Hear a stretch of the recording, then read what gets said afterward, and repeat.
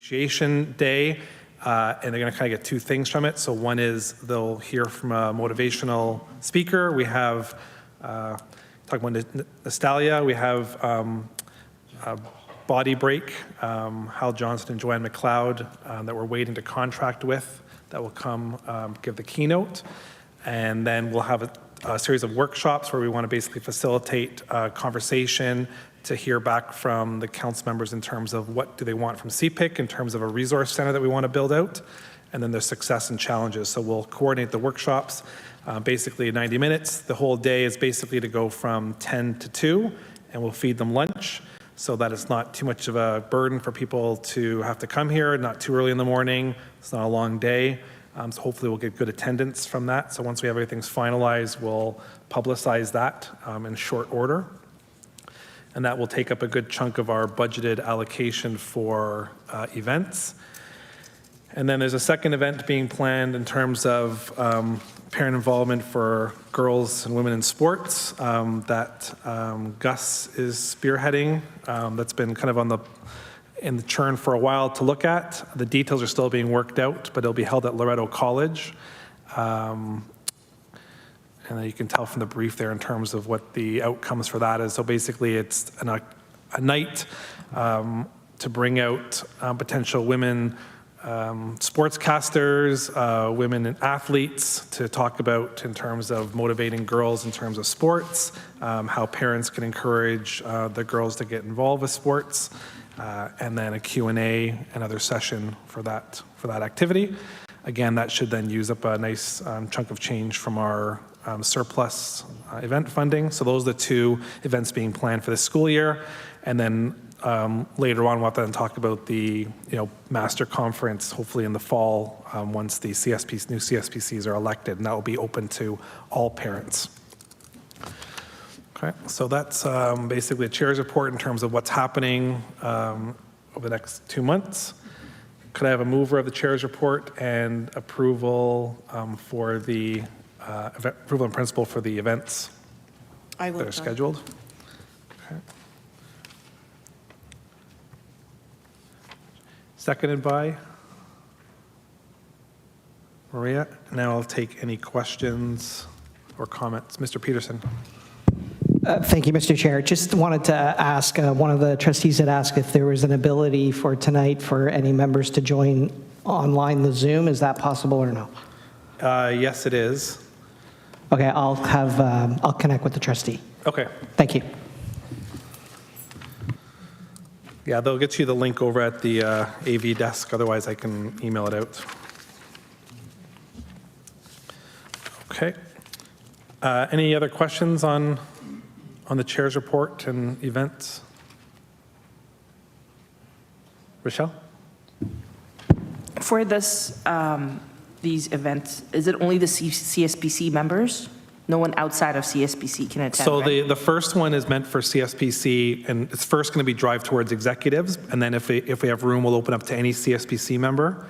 The second one is basically going to be for secondary school parents primarily, but any parent for the women in sports. And then, of course, when we do our conference, that'll basically be any parent across the board.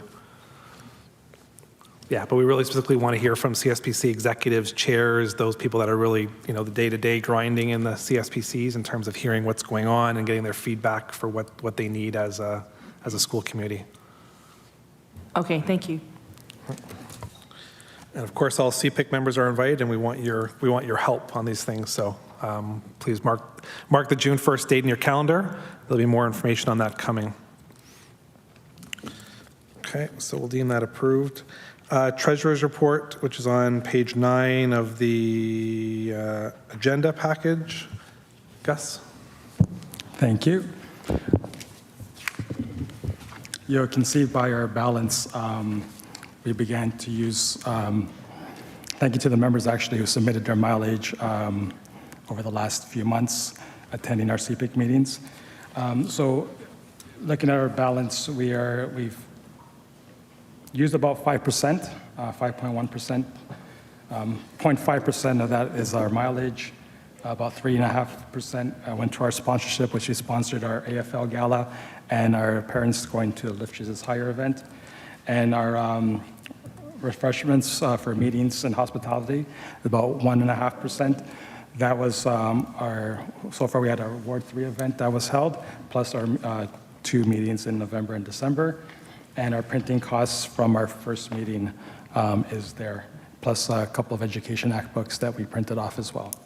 So our balance currently is 99,923, so it's holding strong. Okay. Any questions on the treasurer's report? I'll have a mover. Jen? Yes. One of you gentlemen over there? All right, thank you. Any other comments or questions on that? I just had a comment. Yep, go ahead. Can we work on the printing costs and try to just reduce it for people who are not coming, like make sure there's no extra copies printed? Can we cut down on that maybe? Is that an option to work on in the future meetings?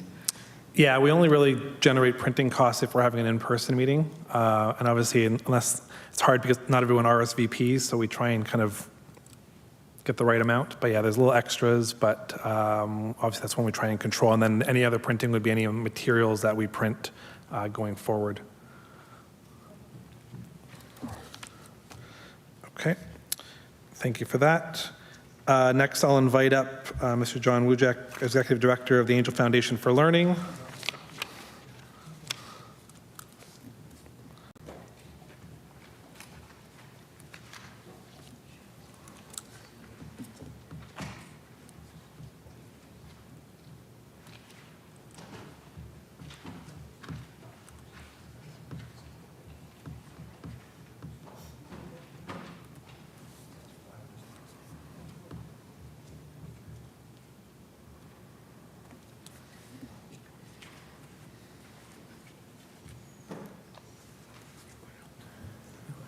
Testing 1, 2. Oh, here we go.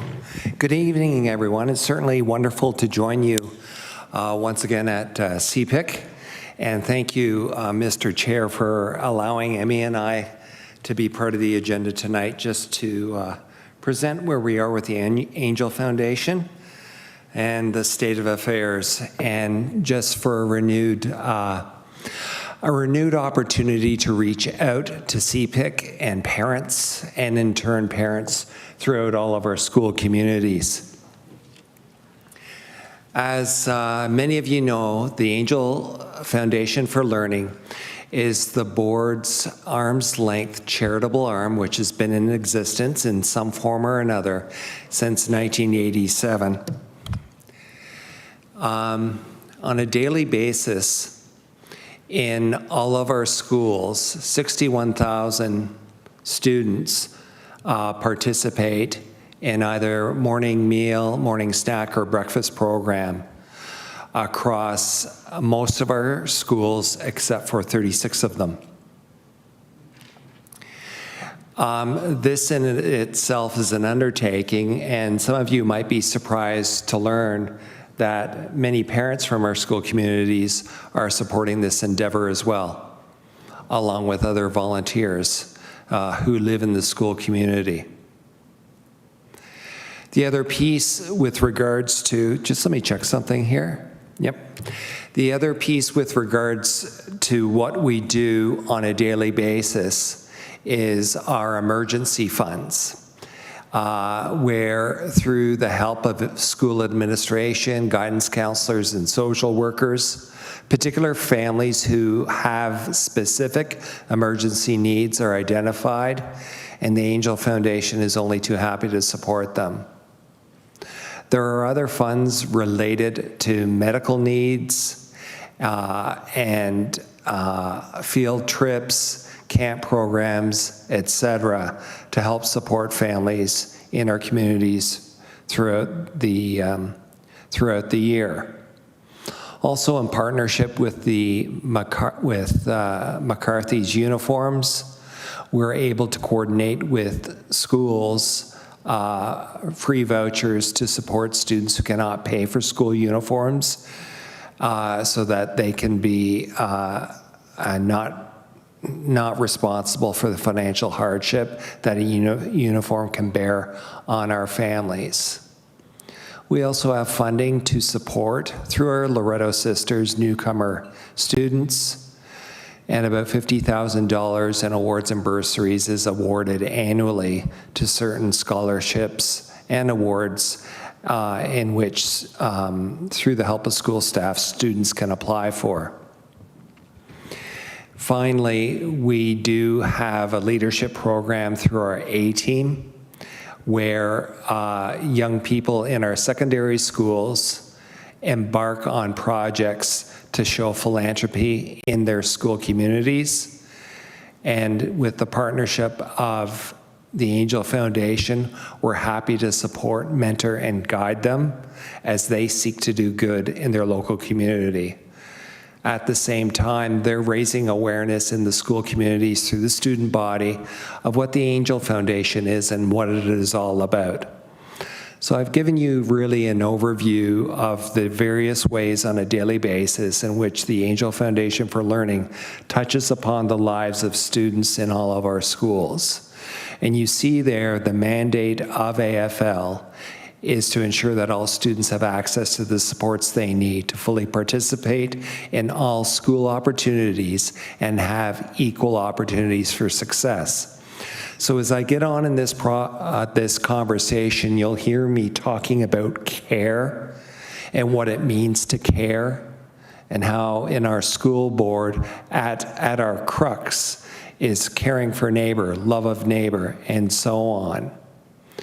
But I'm going to challenge you, as I'm going to challenge a lot of people over the course of the months and the years to come, to ask themselves really what that care means, and maybe it needs to evolve into something else.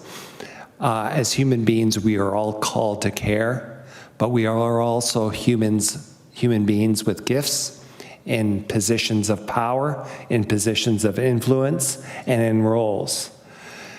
And I would urge each and every one of you who sit on this board to consider what that care means in relation to your responsibilities to the parents, in this case, in our school board, and how you can really be an ally in helping the Angel Foundation support its mission and vision along the way. So as I said earlier, I've given you a bit of an outline of the different things on a daily basis that the Angel Foundation does in all of our schools. And when we look at them from an organizational point of view, we call these our 4 pillars of care. And certainly we could, again, go through the list on the previous slide and categorize all of them. But this is where it's at in terms of how we organize what we do on a daily basis. And at the heart of it all, the Angel Foundation is the only charity you're ever going to meet whose sole purpose is to support students in our board. Think about what you have in common with reps at CPIC with that premise. You are the only board-wide group of parents who support parents in governance in this board. And all those parents and all of us here at AFL have one thing in our focus. And what's that? It's obvious, right? It's the kids. It's the kids having a fulsome education, which means they grow in spiritual, in social, and academic ways while we care for them in this school board through various means. So the hungry child can't learn. There's the first pillar. The hungry child can't learn. If the child doesn't really understand and know what God-given gifts he or she has, how can they lead? And we're all called to lead. If there are too many barriers in the home and in the development of the child's life, then they won't learn. And that's where the guardian angel care funds come in. And if we don't set high academic standards with certain personal characteristics along the way, then what use is there having awards and bursaries to set targets and means to achieve, learn from mistakes, but certainly to achieve? That's where these pillars are at. That's how we have common goals with one another as very important organizations that help support the children of this board. So as I said earlier, I'm going to be talking a little bit about care. So there's 2 slides here called What Does Care Look Like? So what does care look like in the eyes and the hearts of our students? Well, at the local level, we often have school volunteers, we have the local staff, we have community, which includes parents, of course, and we have most prominently our social workers. So what do our students, what do our kids see through the help of the Angel Foundation that helps them throughout the day? Certainly, all 4 of those groups in the sort of the 4 blue ovals recognize, because they are adults for the most part, the needs of the kids that they see in front of them. Certainly the parents that entrust us with the kids, know their needs, know where their relationships are strong and weak and severed. And as we get to know them, and the school staff gets to know them, and the volunteers get to know them, we further enter relationship with them. And it is only because we know the kids that we can put them in touch with the supports that they are going to need. So because the social worker meets with the child throughout the year, the social worker can apply to those guardian angels funds. It's because the social workers, the school volunteers, in fact, everyone there learns and talks to one another, knows what the needs are, can be a voice for students in terms of setting up the student nutrition program. And it is only through the local staff and community and parents that they can talk and organize and talk about what is right for the kids. How often have we seen at local CSPC meetings where parents challenge administration around field trips and their affordability? I've seen it happen. I've been on the end of it as a principal, and I learned a lot from parents that way. When parents advocate for equity, no matter what the form is, and we're talking about poverty, we're reminding the people with the power and the responsibility that they have to problem solve so that the program that is offered to the students is rich for all of them, just not the rich, right? The Angel Foundation can only do so much. We do not have inexhaustible funds to support field trips. We don't. And we do from time to time. So the support needs to come from other ways. And it won't cost parents anything. It doesn't come out of their wallets. Their leadership and their voice can be a gentle reminder to school staff around how do we fundraise for field trips? How do we choose field trip locations that are going to be more cost effective, yet still have the educational bang for the buck?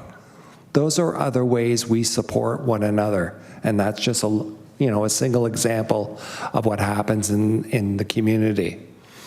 This isn't me having a diatribe about school trips and how bad they are. I feel exactly opposite, but I simply bring it up to illustrate the power of the voice of parents in support of equity. Equity is a language that us at the Angel Foundation have in common with many in the community in terms of making sure that there are less barriers to student learning. So that's an illustration of the eyes and the hearts of students and how they perceive the adults in their local support of goals that the Angel Foundation has. What does care look like in the hearts and the minds of all its partners? So here we go again. And so I'm still working on this, but this is This is my humble representation of the movement of C words that start with care. To a T, everybody in this room cares. We all care about the kids. We all know, and I believe you all, that we believe the Angel Foundation is a wonderful organization. But often, and please don't be offended, just caring is not enough. Care can turn into action, and it does at our CSBC meetings in the example that I just gave. Care turns into something else through the leadership and the roles different people in this whole organization have when they realize what they are called to do in their leadership role. So it can be taking up a cause. It can be convincing others. It could be converting a mindset or the state of mind on somebody else about a matter. It can be choosing one thing over another.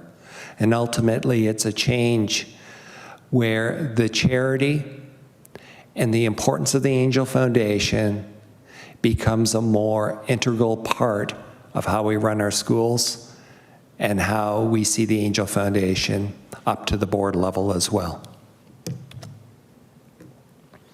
Few thoughts about how CSPCs can help. Student nutrition programs are in most of our schools. Parents can volunteer. They can contribute money. Just a note on that. I sign contracts with both the City of Toronto and the provincial ministry. And when I sign off, I agree to the fact that the government is not the sole funder of student nutrition programs. And through no fault of their own, I need to remind administrations that it is incumbent that they at least try to raise funds for student nutrition programs locally. It is a universal program that we offer to our students. In other words, all students have the access to food. We don't single certain groups of students out of the room and say, go across the hall and we'll feed you there. Everyone has equal access to all the food. And in the same way, parents can fundraise as well locally. Decide what they want to do with a particular Civies Day or other fundraising, bake sale, what have you, to help support the local student nutrition program. And just a little commercial there in terms of Canada Helps, which is often, right, Emmy, the way that we receive our funding. Through the Canada Helps platform, those funds can be directed specifically to a school's nutrition program. It doesn't get lost out in the internet or in the universe or anywhere else. It can be done directly and very quickly for those of you who have used it before understand. Through our A team and to a certain degree in elementary, through our Young Disciples program, students are encouraged to support and fundraise. Through awards and bursaries, this is where the conversation can take place, where parents can often identify gaps where there are missing awards, even at the school level or even at the board level, which would be more aligned with what the Angel Foundation would be interested in. So there's a lot of collaboration there. How can CPIC help? As I mentioned at the beginning, we're going to be embarking on the creation of a strategic plan for Angel Foundation for Learning, which will have a lifespan of about 2 to 3 years. You will be partners during our consultation process. So I will come back and speak to Chair Del Grande here, and we'll decide if we do this collaboration as part of a meeting or as a separate entity with all members of the CPIC involved. We could also use your help in government advocacy.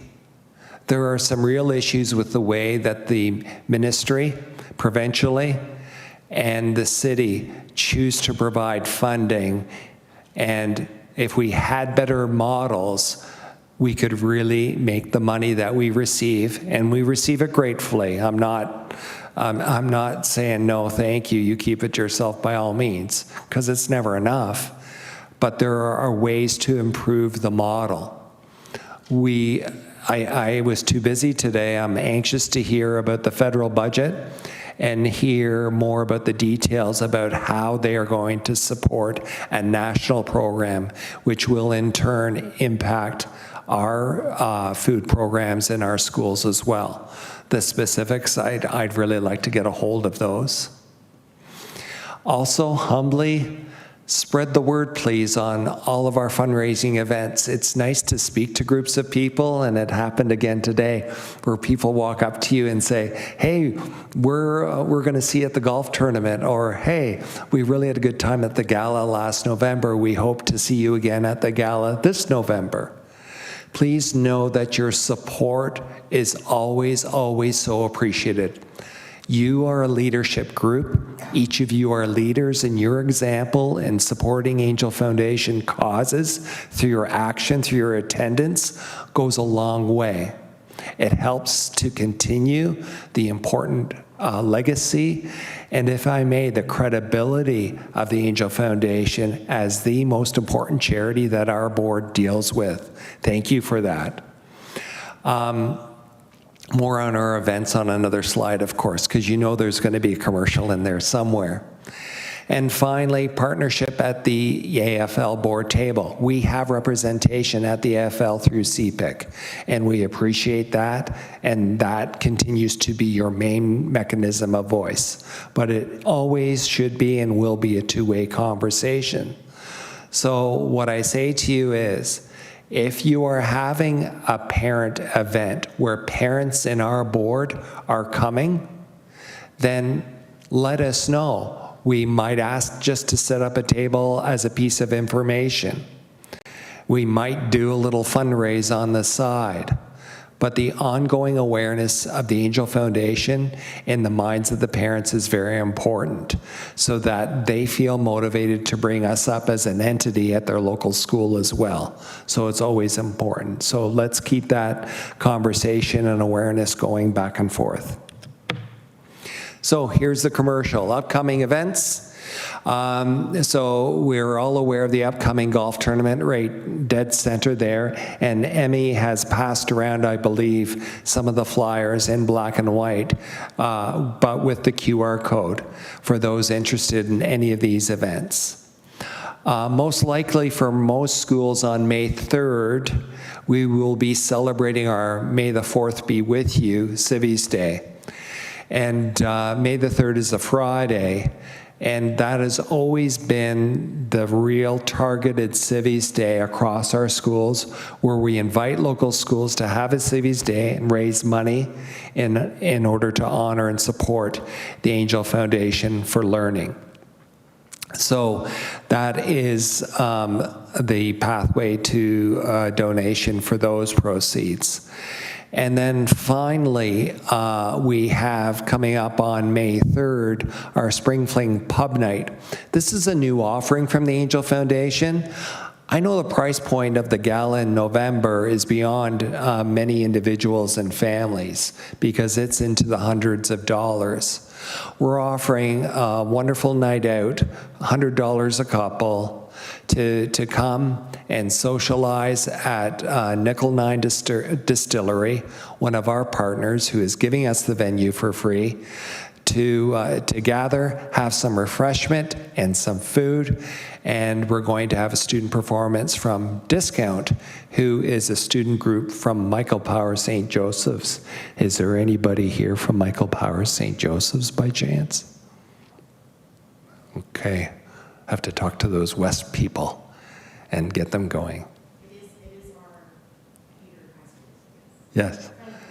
Yes. So as best we can, we know on our end, Emmy and I have really been pushing it in the Michael Power St. Joe's community with the people there at large. So we hope to get a really good turnout in the Junction May 3rd.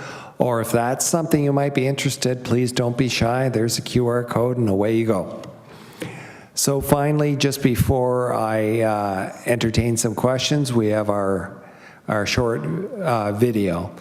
And just some thoughts here about how we continue, because so many of our goals are aligned, how we continue to walk together in order to support our students in this board. And finally, Silvio, how do I press play from here? Can you guys do it from your end? Let's roll that one. Thank you. It seemed to me means staying involved with the community. My favorite student nutrition snacks are apple, yogurt, and cheese. Thank you, AFL, for all the help with my growing girls. Allie's new glasses are perfect, and they're as confident as ever in their new uniforms. Coming to Canada was not easy on my family, but thanks to you, the transition was much easier.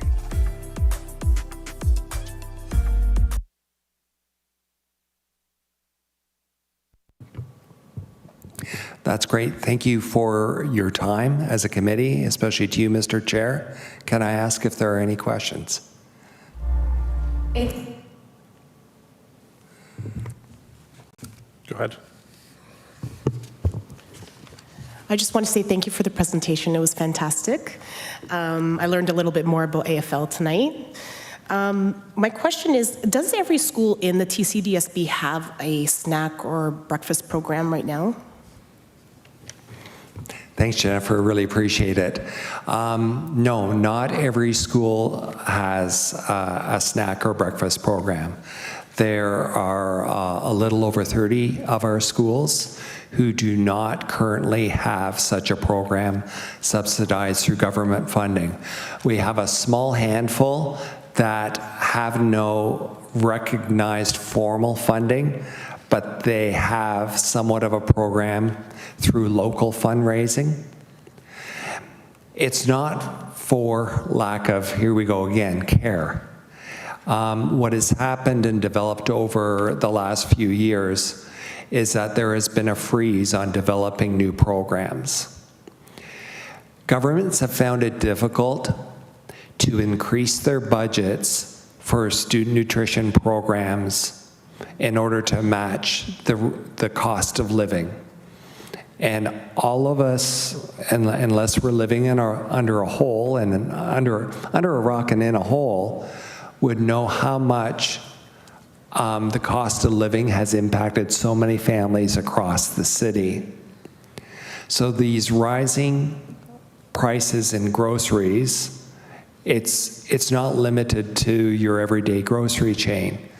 It extends as well to the suppliers who have done their best to offer very good prices to the local schools and their ordering of food. As much as they try to keep those prices down, the cost of running a local school nutrition program continues to rise. And the money that the government does give to angel foundations and other foundations across the province and in the city doesn't keep pace with that.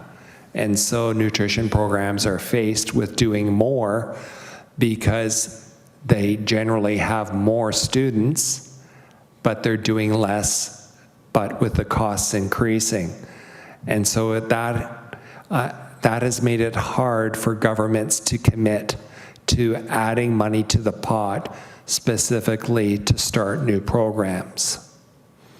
The federal government is hinting that their money is for new programs, but at the same time, as schools and existing programs continue to struggle on fixed budgets, and in the City of Toronto, the amount of expansion within existing programs within the City of Toronto, all 4 boards, has been about 14,000 students on an annual basis since COVID.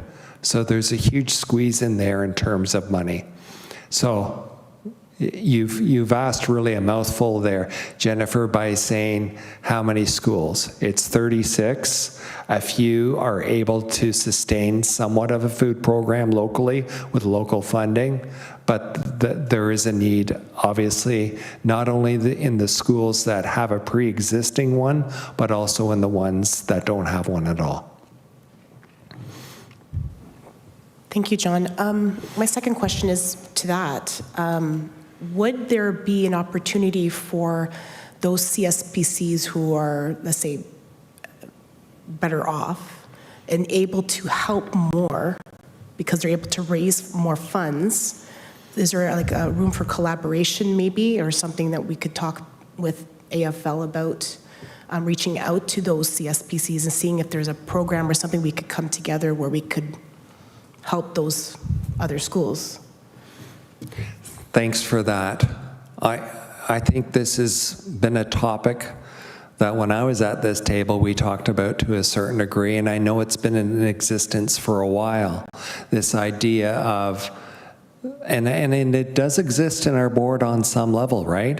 Where some CSBCs have partnered with CSBCs from other schools. And it is typically has been, as Jennifer has described it, a school that is able to raise more funds versus a school in a community that does not have the opportunity to raise as many funds. And some resources financially have been able to be shared. It's really a local decision, and hopefully it's an evolutionary one where more and more will appreciate and understand the importance of sharing among the CSBCs. It's a beautiful model just in philosophy, right? And what it speaks to. It speaks to the best of what our board and what the AFL and what CPIC attains to be.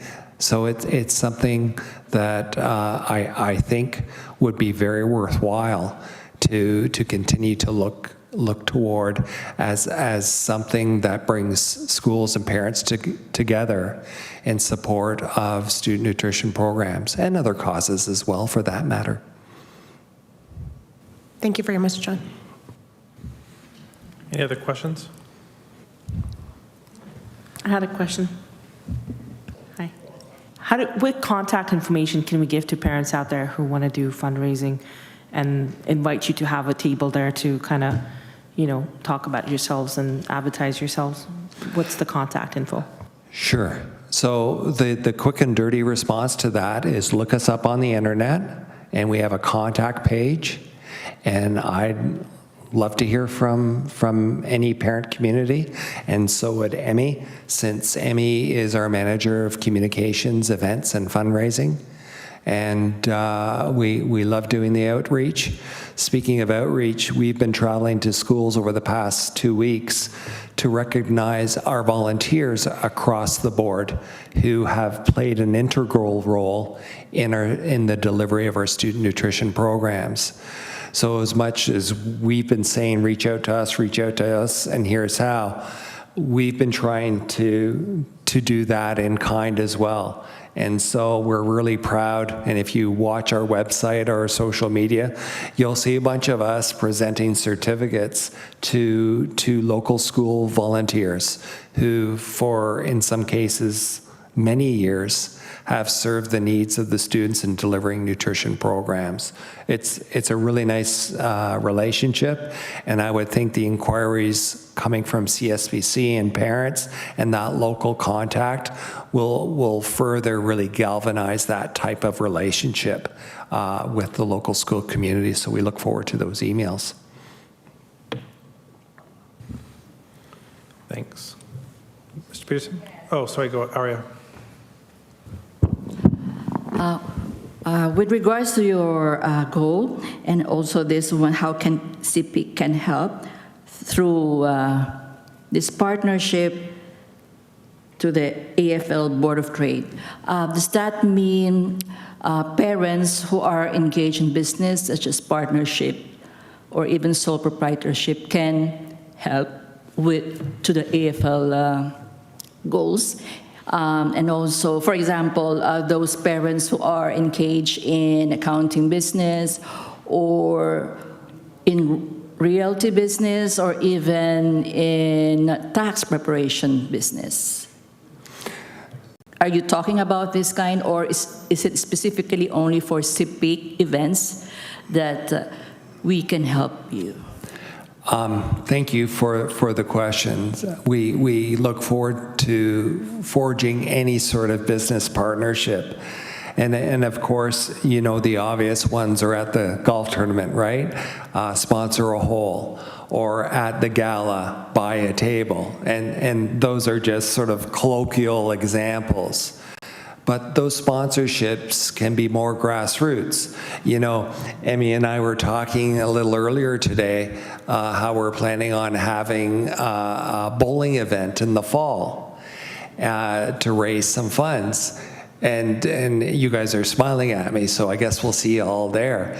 But the question we want to put really to the board's 10,000 employees, and you talk about partnerships and contacts, surely somebody must know somebody who knows who runs a bowling alley, because that's a nice place to start. So I'm wavering away from your question because you guys often get me going. But the business partnerships can be small ways too. You know, we have online draws 4 or 5 times a year. Perhaps that real estate agent would like to donate a prize, right? We have smaller events, and certainly something that would help with any of the costs along the way. Just, it depends on what the individual or corporation is willing to contribute. Is this something they also have their long-term plans on?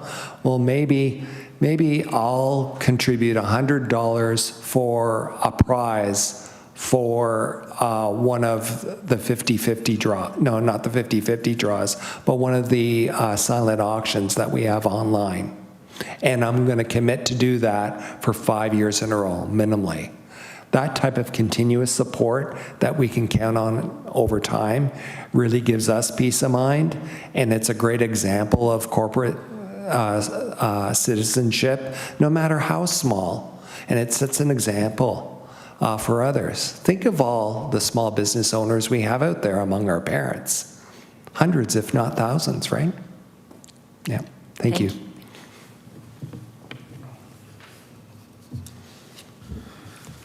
Mr. Peterson?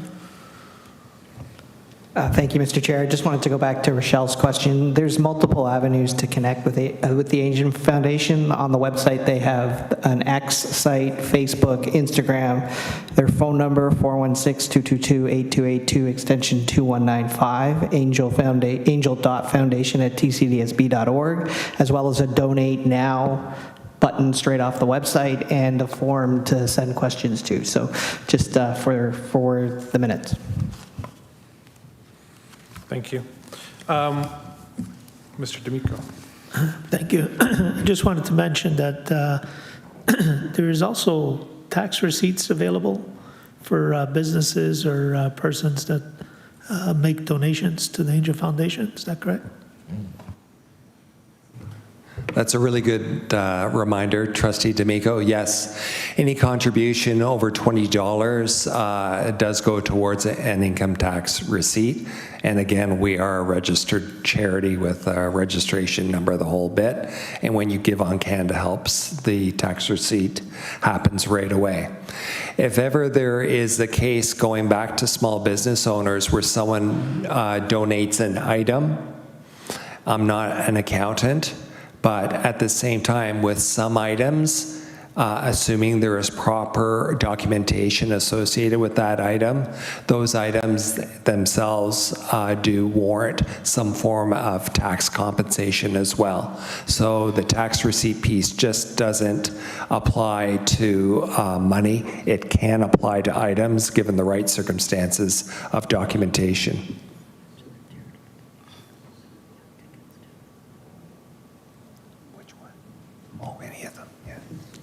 Thanks, Emmy. Just on that note, you know, when we had the events page up, like for instance, the golf tournament, even though the cost, the early bird cost is $275, a portion of that money is income tax deductible. I think it's in the ballpark of $60, $50 or $60. And in consultation with CRA, charities have a right to issue tax receipts for such an event in order to sort of delineate between the actual cost of the tournament and the expenses it has, and then the amount of money it's trying to raise from each person that registered for that tournament or for that gala, et cetera, et cetera. Thanks.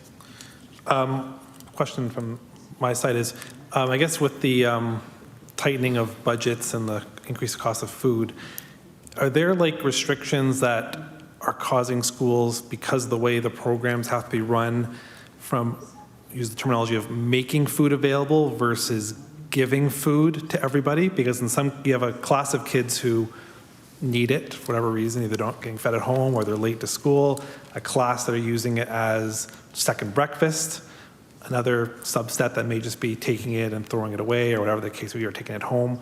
So like, is there opportunities to kind of change the way the delivery is to optimize the costs, or is the way the program's structured that they're forced to be a certain way and a certain delivery mechanism?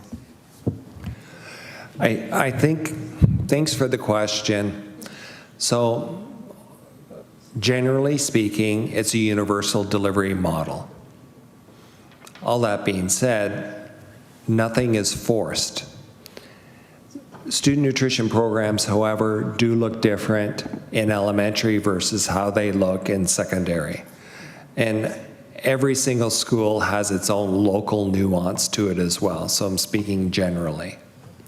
So let's talk about elementary. Elementary is kind of like the narrative I described earlier. You have the volunteer, the food is prepped, counted out, placed in a box that's sanitary, the food isn't exposed, it's wrapped, whatever. Other volunteers, often students, then take it to the classroom. Then time goes by before first recess, those Rubbermaid boxes are collected and cleaned, and that's it. In high school, you don't have that level of personalization. High schools tend to operate more on the grab-and-go model, where students in the school know where to go to grab and go. And that will take place anytime once students enter the building between 8 and 8:15, in a main hallway, in a particular classroom. Everyone knows where that is. So getting back to the chair's question, you don't see food offered to every student. Students who need it know where it is. Students who happen to be hungry that day. Students who know that there's going to be a cookie there and may have had breakfast already are welcome to have a cookie. It really doesn't matter. But those are the two nuances there. A third level I would speak about, having served in schools most of my career, is you do have kids that you know of in your schools whose cupboards and refrigerators are basically empty for the most part. And you do make arrangements with them to take some extra stuff home from time to time, or they'll come to you. Or when you're having a food drive, you make sure that those are the families that get the Christmas baskets. And I'm sure a lot of you who have served on CSBCs have been involved with that, quite often with St. Vincent de Paul or other such organizations in the local community. Mr. Chair, the universal program, I think, is really here to stay in terms of the delivery model. I understand what you're getting at, and you're not getting at it in some sort of nefarious way. You're being practical, and I really appreciate the question, but that's how it's offered, and I've tried to illustrate as best I can some of the nuances that exist around it. Thank you. Thank you for that. Can I have a... I'm sorry, I'm staff, but I just thought while we had Mr. Wujek here, if I could ask a question as well. Yes. You mentioned the 36 schools or so, John. It's great to see you, by the way. Thanks, Ryan. The funds we get from the city, you mentioned earlier model. Were you sort of diplomatically mentioning that that's one of your restrictions, is that you can't take the global funds you receive to then spread it to all schools? Recognizing it's still, a finite amount, but how could we otherwise take what they provide and get that to all of our schools? I'm imagining there's some restrictions that you have with respect to that model. The governments have as you would know, Ryan, when we receive money from governments, there's a high level of accountability and reporting. And we keep really tight records through the glorious work of my staff and also with the help of your department in keeping those records through Kevin and what have you. It is impossible for us to insert a new school name into those spreadsheets and move that money across the table. It would set off alarm bells here, there, and everywhere. Although, ideally, I'd like to think I'm responsible enough to make that diplomatic decision. That's not my decision to make at this point. Thanks. I just wanted to flag that and wondered if there's an advocacy opportunity to help with that. You mentioned it to CPIC, but maybe that's an offline conversation, Mr. Chair, because that is a frustration. Thank you. Thank you. Could I have a mover of receipt of the presentation? I will, John. Thank you. Seconded by Gus. Okay. Thank you very much. We will invite you to a future CPIC events, maybe June 1st. Put that on your calendar, perhaps. But for sure, our conference in the fall, and then we will spread the information to our members and other CSPCs through our messaging. Thank you very much. Have a good evening, everyone. Okay, moving along, we have no delegations. Item 9, ward events. There's a couple members that wanted to speak to some events that they're planning or in the works, so I'll just open the floor. I think, Rochelle, you had one you wanted to speak about, and then Maria. So as you know, each ward rep has been awarded $1,000 to have an event and have parents more engaged in their student lives and their children's lives. So this is tentative. We're planning an event with Ward 8 for the elementary school parents. The event, the speakers are going to talk about the best practices for raising young kids, what we know now, and what we wish we knew back then. So this is something that's tentative. More information to come. Maria?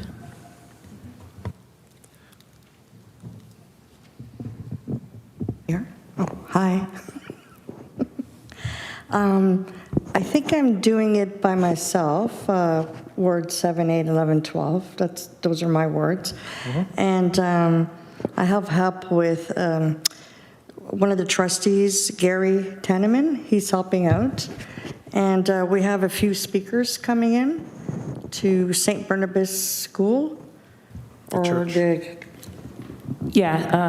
Barnabas and St. Joseph. So yeah, it's tentative though. Yeah, it's tentative. Figuring out all the locations. We're just figuring out all the details as of now. But I wanted to ask you: is it $1,000? Do I only get the $1,000 because I have the 4 wards? So is it 4,000 or is it just 1,000? It's 1,000 per CPIC member, right? Because obviously your example would be you're focused on secondary schools. Yes. Yeah.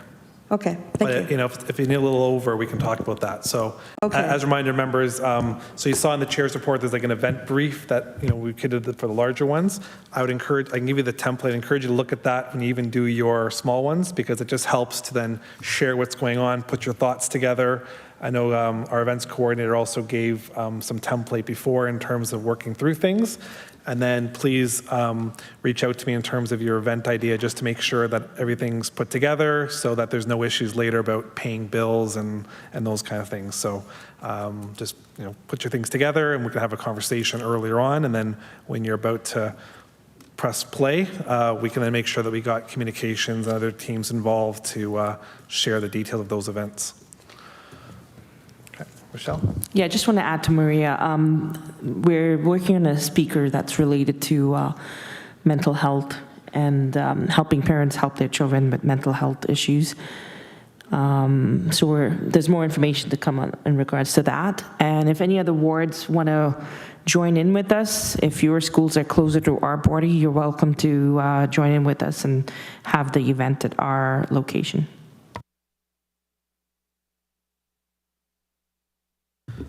So we'll take that as a motion of receipt of ward events.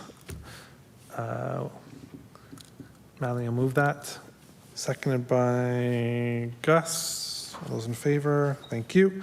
On the addendum, you'll see the parent volunteer of the ward updated information. So we wanted to show a sample of what it looked like. I don't know if maybe Ryan or someone else wants to kind of just share the addendum on screen. Mr. Chair, I don't think I have sharing capabilities. Oh, you're not in the Zoom meeting. Okay, so I'll do it.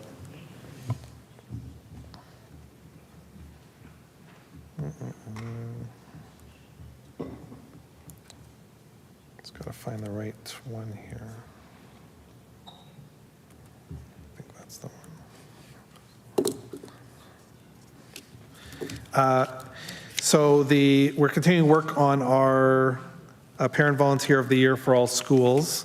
And let's see here. Well, in any event, the members, you can look in your package. There's a sample in terms of what the award might look like.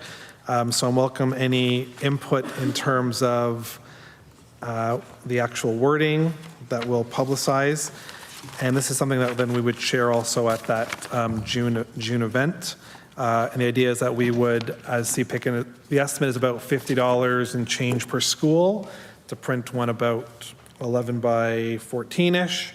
And it would have a common plaque at the top that would say School Parent Volunteer of the Year Award, award annually by the Catholic School Parent Council in recognition of a parent volunteer who has gone above and beyond in their activities and contribution to improving the overall school experience. We're up for whatever wordsmithing we want around that, but generally speaking, that's kind of what we would put out there and ask every school with the clear criteria to basically nominate a parent. We would fund the first year of it, and then we talk about ongoing, either providing an allowance or just making sure it's encouraged for the schools to really publicize that, to really push the Parent Volunteer of the Year Award. Jennifer? Yeah, I was just going to say to the criteria, we're still working on that, how a CSPC, how the nominations work and how they go as far as voting for who it may be. It may be unanimous. We don't know how that would work, but hopefully this will encourage more parent engagement, knowing that you're appreciated at your school and you're recognized for your efforts. I think everybody appreciates being recognized for the hard work that they put in.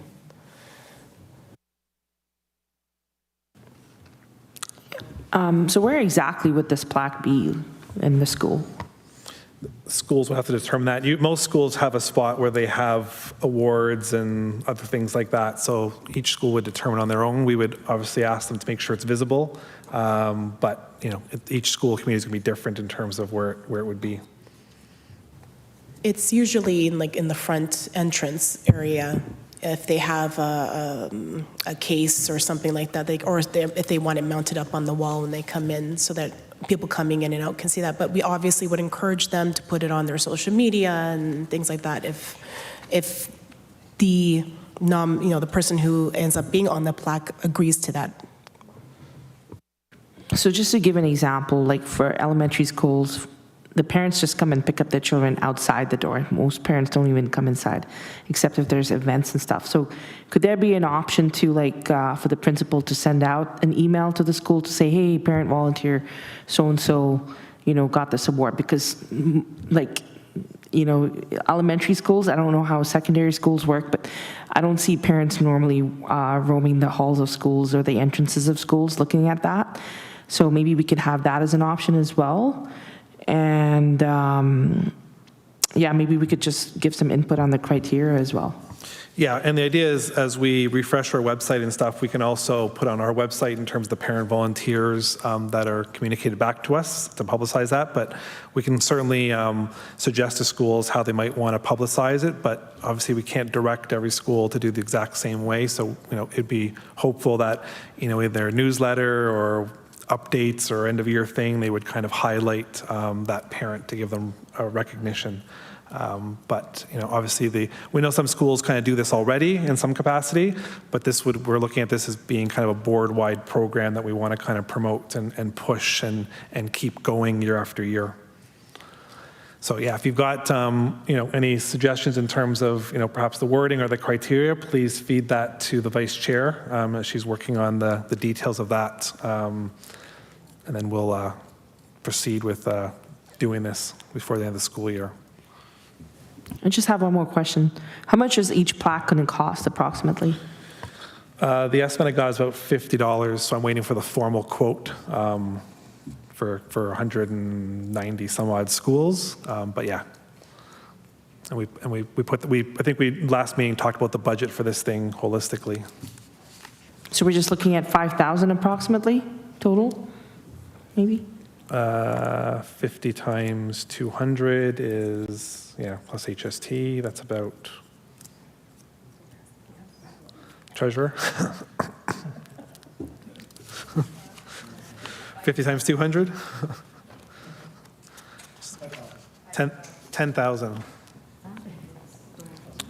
Do we have enough of a budget for that then? Yes, we do. Okay, Yeah. all right. So we should have known that, the 5 times 2. Use our math skills here. Where's Kimberly Dixon? Okay, so that's more of an information item. Sorry, go ahead, Maria. Hi, will this be an ongoing thing annually now? Yes, so obviously the big cost is buying the upfront plaque, kind of with the 10 spots for the next 10 years. So the idea is CPIC would continue to promote this. Obviously, year on year, it'd be hard to coordinate centrally. So we would kind of, I'd imagine, encourage the schools to do it. Maybe there's a stipend or something we can give them for the cost, but really the cost of adding a name or printing it on that thing will be minimal. So the idea is really that we want to encourage the schools to do this as an ongoing piece. But we're kind of funding out the heavy lifting part of it in year one. But yeah, for sure, this will have to be a CPIC thing to encourage year on year and continue to push it. Otherwise, it will die, and that will defeat the purpose. Thank you. Thank you. Okay. Next is notice of motion. So in your addendum pack, there are 2 policies. The first one is the electronic e-meeting protocol. This has been on our pending list that was supposed to be done several years ago. So really it's a protocols for e-meetings. As you know, more than half of our meetings are e-meetings, as well as most and all subcommittee meetings. So this is really outlines in terms of the expectations for members' behaviors and activities in an e-meeting. And I can just notionally hit on them. So the fact is, you should be able to be heard and seen in an e-meeting. The chair or vice chair, recording secretary needs to make sure that they communicate the login information and passcodes. The e-meeting should begin at least 10 minutes before. That's to allow, obviously, technical issues, getting things online. Members should have their cameras on when possible for the entire meeting to make sure that the members are actually there and you have quorum. Members should identify themselves. Members should participate. It's not just to hang out on the meeting. It's not a webinar. Audio, members should mute themselves and stay muted unless they've been acknowledged by the chair to speak. Again, for recognition, they should indicate by an emoji or other appropriate means to know that they want to be speak. The screen share should be used for display of documents. Voting by roll call. We don't really have e-meeting votes yet. Chat should be for official business. Each member is responsible for their own audio and internet connections. And then basically the chair's prerogative, if there's a member whose audio or video feed is causing continued disruptions, they can be booted from the meeting. Loss of quorum, basically just to allow us a chance, if there's some kind of a technological problem, the meeting doesn't die, you can wait a little bit of time. Public access, or discretion of the chair, depending on what it is. And then recording where possible. So they're pretty standard things I think you've seen in terms of your own business, the way the board's done even the virtual CSPC meetings. But this is to close off the policy that's required in our policy book. If there's any amendments or issues, I'm happy to hear them. Otherwise, I'll look for a vote to approve that policy. And by the way, policies are a lot easier to change, so if there's something that has to be added in the future, it can easily be added or amended at another meeting. It's not like bylaws that requires a more complex process to go through. Yes, Rochelle. On number 15 of that page, 7 of 13, it says the comment and participation by parents or guests for e-meetings may be made available at the discretion of the chair. Why can't they just come in and make a comment? Like, do they have to ask you permission or something? Is that what it means? Yeah, well, just because we want to know if, like, for instance, in this meeting, although we generally say we invite any parent can watch on the YouTube videos, we don't open it up to basically just come in as you will. So usually parents or CSPCs will let the chair know that, I want to participate in the meeting, so make it available to them. So that's the difference between like a web feed versus actually participating in the meeting. And obviously each meeting could be different, right? So a subcommittee meeting, maybe you have other members, maybe you have parents there, I don't know. But so just leave it basically broad, because if we say everyone's invited at will, then that would be disruptive. And that also applies to in-person meetings like today? In-person meetings are different because in-person meetings obviously are free to be viewed. The same thing, if you're in an in-person meeting, you have to register to delegate. So if you actually, And so they just email you and say, we're planning to have a comment or whatever? Yeah. Or they can email the board's recording secretary that they do for all other committees, and then people could speak if they wanted to at a meeting. Generally, we've been pretty loose in the CPIC in the past. If a principal or chairs come, we don't necessarily formalize them to the 5 minutes at the desk. We're pretty open in terms of hearing from people. But obviously, it's a discretionary aspect in terms of what it is and who it is. And what's the latest deadline time the parent can communicate with you and indicate to you that they want to talk in the meeting? If they want to be formally recognized on the agenda, we have to hear from them on the Friday before the meeting, because we have to put on the agenda package. Yeah, that's one of the things too, is we want to encourage, not many people actually watch board meetings at length, and probably even fewer than watching CPIC meetings, but I do see some that actually watch the live feed, and we do see people watching our YouTube recordings. But really it's the aspect of you as members communicating to your wards, kind of things that are going on that come out of these meetings. But the agenda doesn't go on the TCDSB website by Friday, does it? Yes, it does. Oh, it does, okay, thanks. Jen? Just a follow-up to Michelle's question. So do the same rules for delegations at the board meetings apply to CPIC? Generally in terms of registering, but not necessarily all the rules that the board has in terms of what people can say and can't say. So, yeah. I think in my time here, I think we've only ever had 2 delegations ever come to a CPIC formally. Most of the time, we just let them around the circle, and they can listen in and pipe in if there's an open discussion. That's usually what item 12 is. It's more loose in getting opinions versus the formal parts of the meeting. Yes, Arya. Mr. Chairman, I wanted to recommend additional policy for this e-meeting protocols, such as frequency. Isn't it that CPIC meetings are held twice a year? That's during January and February, Yeah, so the months. the frequency of the meetings are actually defined in the bylaw, which is outside of this. So the bylaw actually says that at the beginning of the CPIC year in October, at that meeting, they decide which meetings are going to be e-meetings and which ones are going to be in-person meetings. Typically, it's been like in the winter and September, those are e-meetings because people have difficulties coming, and then in person when the weather is better. So that's decided at the first meeting of CPIC. This policy is just governing the behavior at an e-meeting. May I suggest also to include March, the month of March, to have an e-meeting, and also to include the subcommittee on digital matters, where I am mostly doing my time submitting proposals such as those for the contest for the TCDSB and also for the tax preparation from the CRA CBITP. Yeah, so we can, again, the meeting calendar can be defined at the inaugural meeting of CPIC. March was typically off because of March break, but at the next October meeting of CPIC, then that's the right time to kind of raise the question of the calendar and other meetings that you want for CPIC. And then if you want to talk about some of your motions, we can talk about that during the parent member reports or offline. Thank you. Okay. So I'm looking for a mover of the policy as presented. Okay, Marcel. Sorry, I'm just catching up with my paperwork here. And seconded by Jen. Anyone opposed? Okay, that carries. The next one, annual budgeting. So this policy actually originated back before COVID, when every meeting was actually in person and there was no hybrid meetings.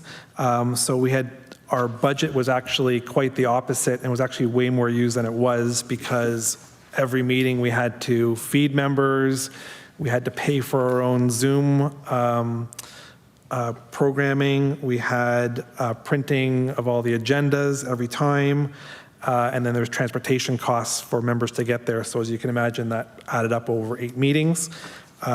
Given that we've been in a hybrid meeting in COVID, the base funding that we need for running our meetings has substantially reduced. So it's recommended that we flip it. Instead of 60% towards meeting and operations, it's 40% towards that, and 60% would be for events and other things like that, in terms of, like, the $1,000 per ward. Or whatever it might be. Normally, we're given about $18,000 a year.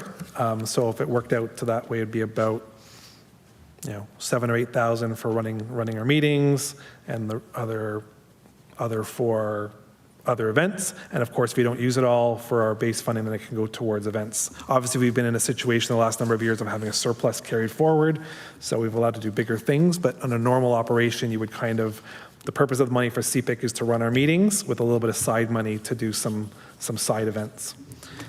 So then it's also looked in terms of some of the amount of money we need to spend is reducing those appropriately as well. So within that 40%, allocating 5% for any childcare, 25% for mileage, 20% for printing, refreshments and food 15, telecommunications 15, annual elections 20, because we know that's where we want to spend the money going forward to host election food or events with the CSPC chairs, because that's still an issue we have to work on. I'm open to any opinion on amounts here. This is by no means fixed in stone, but it's just a guideline in terms of allocating our budget year on year. And then the other clause that's added is we will endeavor not to carry accumulated surpluses beyond one school year. So obviously we have to do a surplus drawdown. Generally speaking, just like at your own parent council, money you get in year should be used in year, but of course things happen, so it should really be spent the following year. And this is just a guideline for the treasurer in terms of putting a budget together, but at the end of the day, the CPIC committee decides what it wants to do. Any questions or suggestions on that policy? Mr. Treasurer, I can look to you if anything you see that doesn't jive. Okay, so you'll move that? Okay. Gus, Jen, we'll deem that as approved. Okay. Sorry, I just had a question on the childcare dependent care. Yes. So is that the dependent care is physically at the meeting? It has to happen physically at the location? It's for members who don't have any family members to take care of their young children. We will pay, as you remember last meeting, we talked about the allocations up to $20 an hour to pay a babysitter or whatever it might be, so that members can actually attend a meeting in person. Okay, and I'm just wondering, why is the printing increased to 20%? Well, supplies or anything general. Because like some of our meetings are all on Zoom, right? Shouldn't it be reduced? Yeah, so printing would be normal things that we would print in terms of our materials, keeping our stack of materials up to date, like those cards that we were giving out or those brochures. So normally we would have those would be part of our general operations to have a good stack of supplies. The special stuff is the stuff you order for conferences, like the giveaways and swags and those things. But as a regular piece, we should always have materials that are printed so we can give them away at ward events or any place that we are. Do we have the option to change this percentage to higher mileage? Because gas prices have gone up, like cents per kilometers has gone up, but here... Yeah. If you think it should be different, just keep in mind that obviously mileage and travel for operations only is going to correspond to the 4 physical meetings that we have. So it's even less than it was in the past because every meeting members could submit mileage. In this case, mileage is only required if you're coming in person. So are these percentages set in stone or? No. It's a guideline the treasurer uses just to produce a budget. And if that's why the treasurer's report is every month. So if something is changing, then this committee can readjust. But it's just to put some guidelines because the question will be well, how much money do we have for events every year? Well, you need to kind of budget for the things that we believe are going to be constant. And then the extras of stuff that can be decided year on year.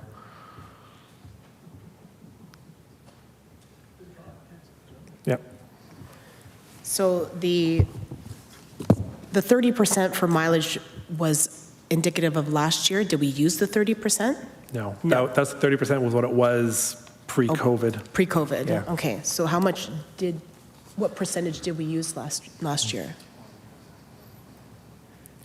Not as much because... Did we hit the 25% mark, you think? No. Okay. No. Yeah. It frankly probably could be like 10 or 15, but the treasurer is going to bother everyone at the end of this meeting to submit your mileage. So I said all members are entitled to have their TTC costs or taxi or driving costs. So don't forget to do that. That's one of the benefits you get as the value you bring here to come to these meetings. So please take advantage of that. What's an expense for an annual election? That would be to basically host a small meeting with refreshments to have the parent council chairs vote. Although they do it virtually now, the idea was hopefully to build something where you can actually just have a meeting with the trustees, bring the parent council chairs out for an hour to have a quick bite to eat and vote for the CPIC elections. Yeah, we used to do that. Because the problem we still have now, even with the e-voting, is like 1 or 2 chairs shows up. So we really want to encourage chairs to get together, and we also want to make sure they know the value of their CPIC rep that they're voting for. And also historically, it was to print posters and those kind of things, specifically around the election, to send them to all the schools. The fact of the matter is we don't even spend the amount we're given, so. So just back to Rochelle's, we kind of worked out some numbers. So of the 19,000, the GSN that we have, we only use 6% for mileage. Yeah, so it's probably over allocated here. So we could reduce it or we can leave it as is, and I'm open to whatever suggestions are. Again, it's a guideline to work with. If every member lives in the far extremities of the city, then maybe more mileage, I'm not sure. Okay, so we'll deem that as approved. If anyone has any opinions later, we can always bring back that policy and update it. Okay, moving on to item 11, communications received in your addendum package. The Education Bank, although this is tomorrow, but they do run periodic activities in Scarborough for parents, and they're having a skilled trades event at Centennial College, $25 per person. I did share that with Scarborough schools and CSPC members if they wanted to share it with the school community. Obviously, in this case, we're not partnering anything with them. We're just kind of sharing information in terms of parent involvement and parent engagement. And then the next one is OAPSI put out a news release today, and just sharing that in terms of what happened at their conference over the weekend. So a bunch of awards were given out, and Joe Perry and Annalisa Perry got awards.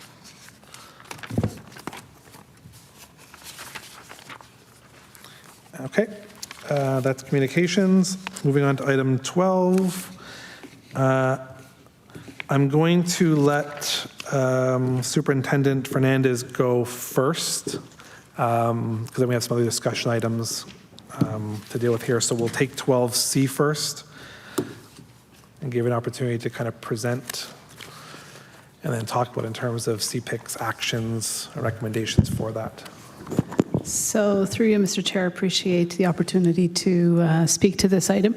I noticed that in the agenda package, we only have half of the template. So Mr. Superintendent Ryan Peterson is actually handing out a colorful version of the actual template.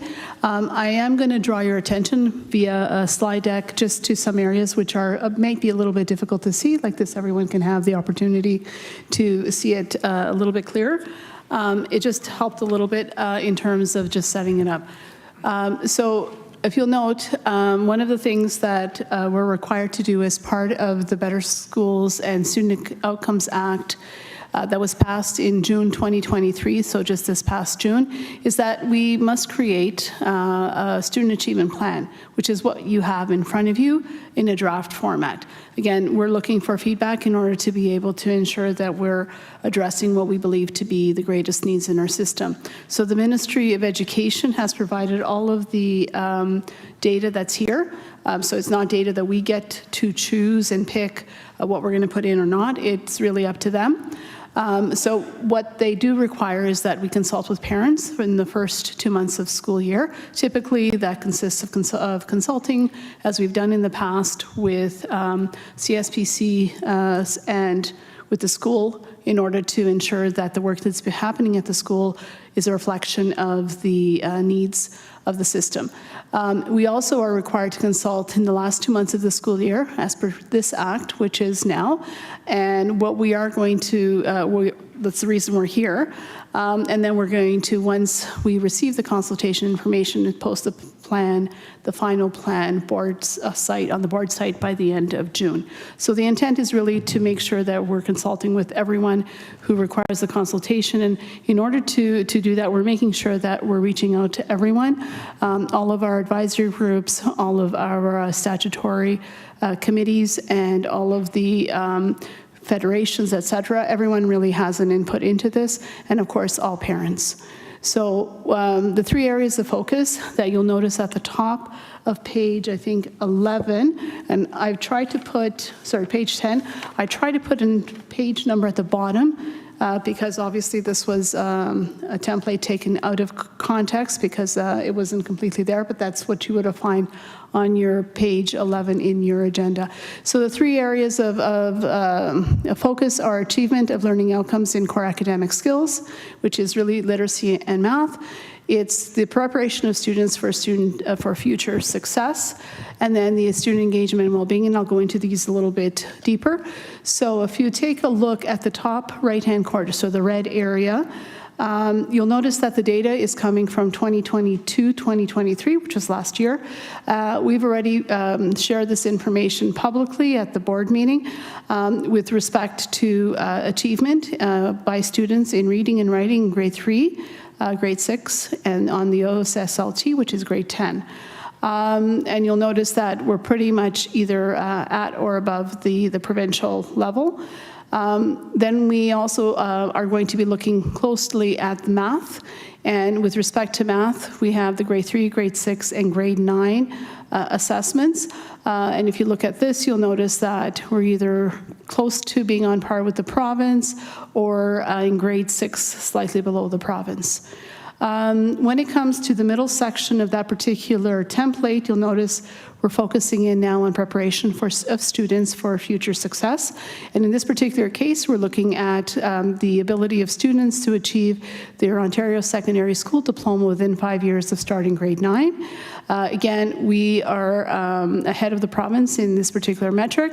If we look at the second metric on there, we'll notice that we're looking at students who earn 16 credits by the end of grade 10. Typically, we say that students who are achieving 16 credits by the age of 16 are on track to be able to graduate.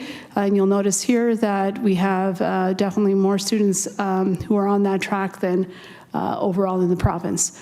The next metric tends to look at the students who are enrolled in either grade 12 math or grade 11 or 12 science courses. Again, we have students participating in these more frequently within TCSB than in the province. And then the last metric that is in this particular area for which we have some data is the students who are participating in at least one job skills program specialist, high schools major, dual credit, or Ontario Youth Apprenticeship Program.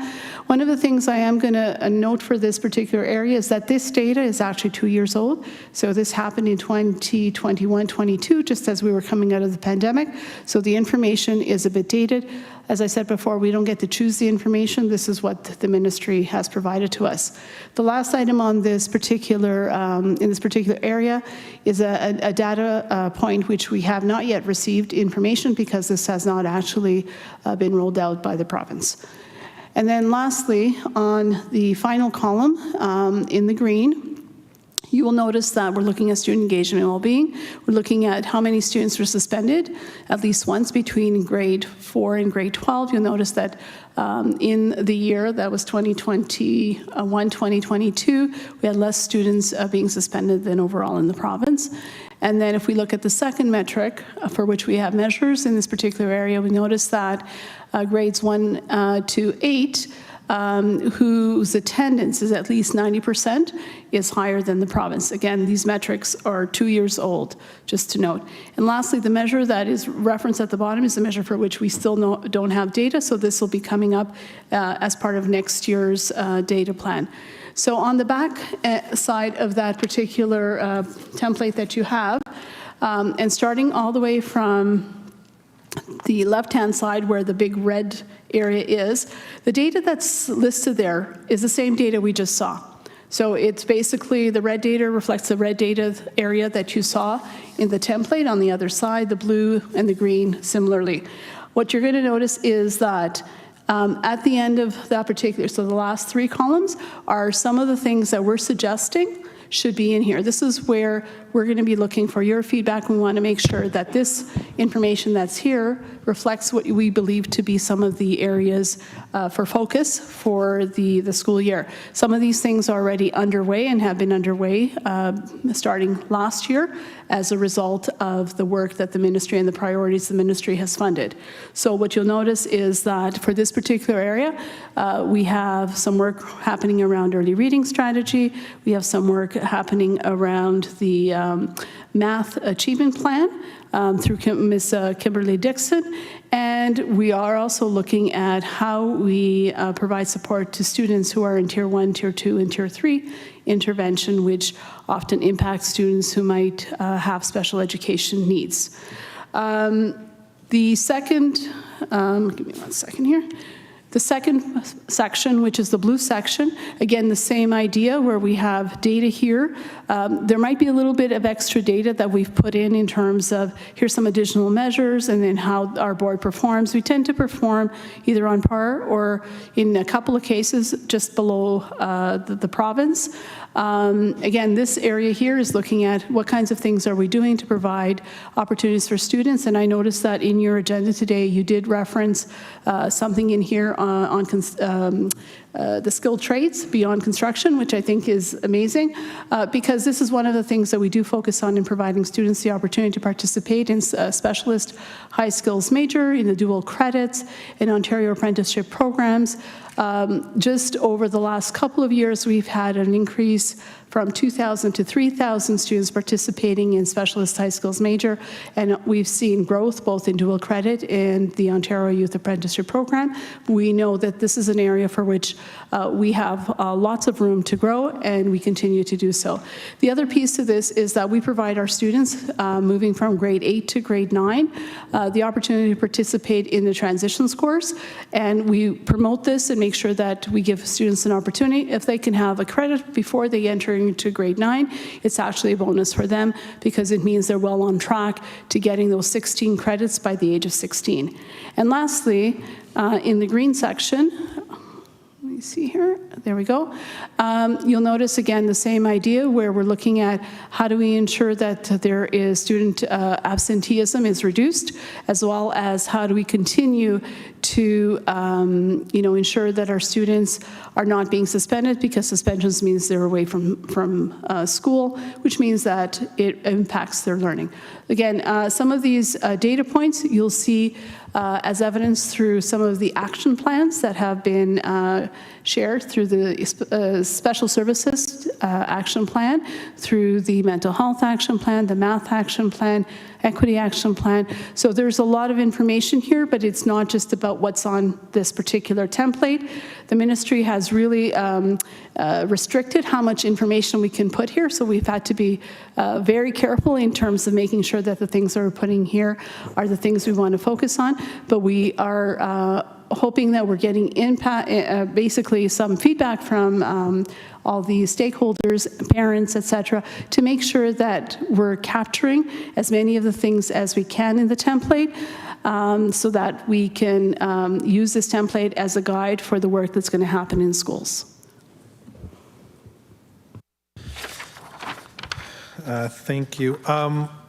So on the back of the sheet it says additional school board measures, but actually these seem to be comments. So are there actual additional board things that you're looking to do? Are you allowed to have additional metrics? Through you, Mr. Chair, thanks for the question. So the metrics that are here are based, generally speaking, so what the ministry direction was is to provide information here with respect to particular groups. So we may have students, and generally speaking, they kind of spoke to 3 areas, mostly English language learners, students who may have come from neighborhoods that basically are underserved, and then students who may receive or need to receive special services supports. So those were the 3, but they didn't actually have the metrics. It was just more, these are the areas that we could focus on. Right. Okay, one thing I might suggest, that we track and that goes towards the overall student achievement plan, especially in these days, is how many elementary students are actually getting a full day of class with their teacher and not being dispersed. It's a big issue for parents at all of our schools. I know some stuff is in our control and some is not in our control, but I will tell you, like, my son has been dispersed and has something going on almost more so than he's actually got a full day of class over the school year. And I think that's a thing we've seen in a lot of other schools. So I think it's a metric that we'd want to kind of keep our eyes on and then understand in terms of how we march for improvement, because you can't learn when you're just, not in front of a teacher in a proper classroom setting. So through you, Mr. Chair, I appreciate the feedback. It's definitely something we'll bring back, and we'll also bring this back to the ministry, because part of the data sets that they provided was basically, here's what the information is, and now provide us with an action plan. So the actions we provide are based on the data that they have, but definitely this is something we can take back. Yeah, for sure. Well, that stems into the proper getting literacy and those kind of things. So if it's even an internal metric that we look at that feeds into the ministry metrics, I think it all goes hand in hand. But I'll open the floor to other members in terms of other questions or commentary. Go ahead. Hi. My question is about screening in the second year of kindergarten. And we may have touched on this at CPIC, but I don't remember at this point. How is that measured? Like, do teachers have to report on their, like, how they screen, or what, how they screen and how many times they screen, and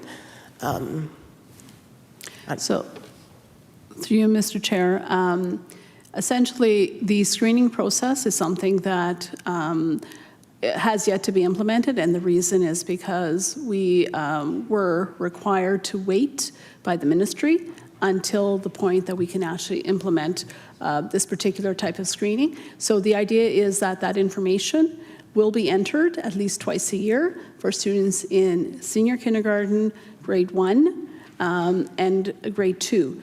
However, at this point, we still don't have the go-ahead to proceed. We're hoping to have that soon because we've reached a settlement, and now we are starting to get the information in terms of what to proceed with. The ministry has provided us also with the potential digital tools that would allow us to do that. We did have to go through an RFP process in order to obtain those, so that's well underway as well. So we hope to have that information and be able to do that and be able to provide a little bit more where we're going with it in the next little while. We did do, instead of that, because we weren't able to do that, did do some screening with our facilitators, our early reading facilitators, who had the opportunity to go into schools, work with students to identify students who perhaps required additional support, work with teachers in terms of resources to support. So we're on the way. We're not quite there yet, but we should be there shortly. Thank you. And the second question, are teachers are they getting training on, they'll be getting training on all this? Okay. Yes. Rochelle? So I just want to tag on to Jennifer's question. So right now, if a senior kindergarten student is going to grade 1, there's no screening process to confirm that they're recognizing alphabets and recognizing reading characters? So through you, Mr. Chair, there are some assessments that are being conducted in senior kindergarten. However, it's not the same assessment that is being required by the ministry at this point in time, because as I just said, we just got the go-ahead to begin to proceed with that this past week or two. So in the meantime, there are other assessments that are being used, which we were using already from our literacy measures, and then we'll be using those to proceed and to identify perhaps areas of need for each of the students.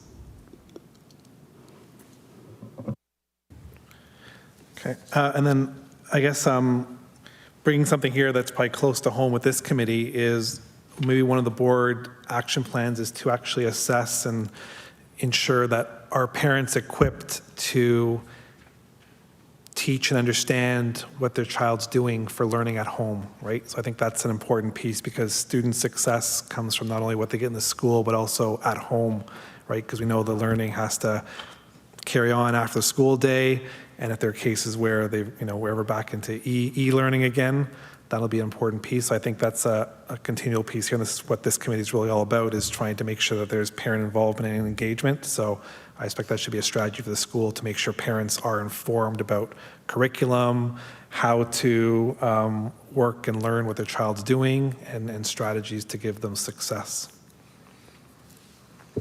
Thank you. Anything else? Yeah, I just had a question. Yes, go ahead. So in this section here, they said that more male students were suspended. What are we doing to have more positive reinforcement and more positive discipline versus kicking students out of school and, doing like positive,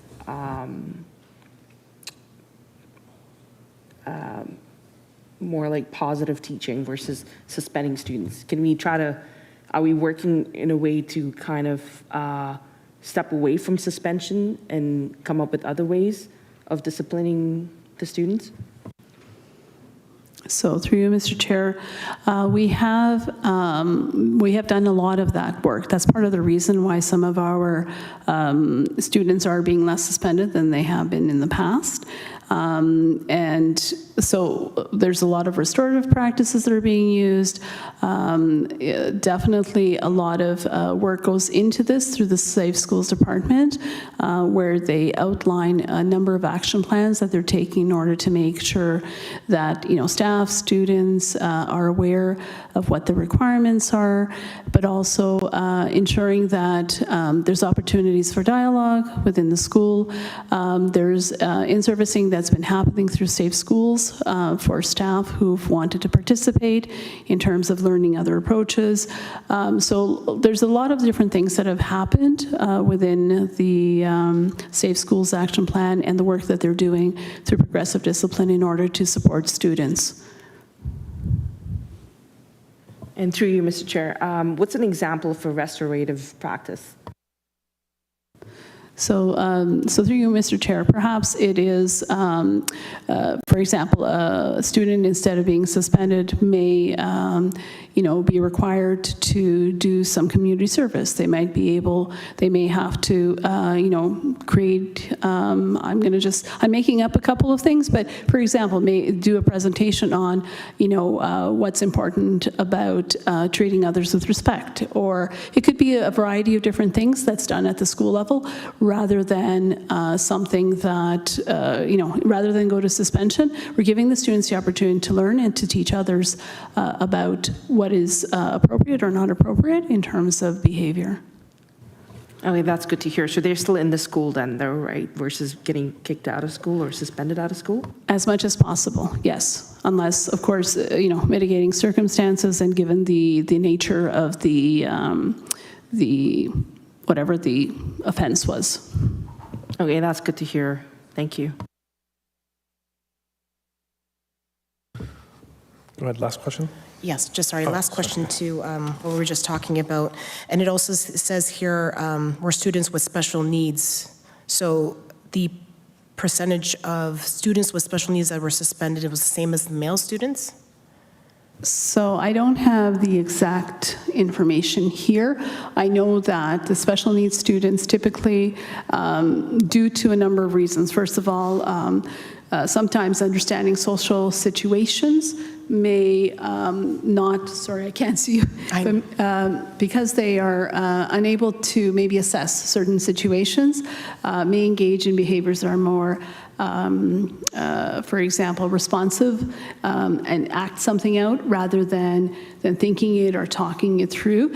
And sometimes it could be a function of their exceptionality. Sometimes it's, impulsivity. Like there might be a number of different reasons for which that may happen. I know it's taken into consideration. Again, I don't have all the stats on this because what we were provided was limited. However, there's the possibility that sometimes when it comes to special needs students, that inability to understand things as well sometimes leads down to a path that perhaps they wouldn't have otherwise engaged in, right? So the idea is to be able to teach students proper channels of how to regulate and how to, be able to support, what they're doing in a positive way rather than a reactive way.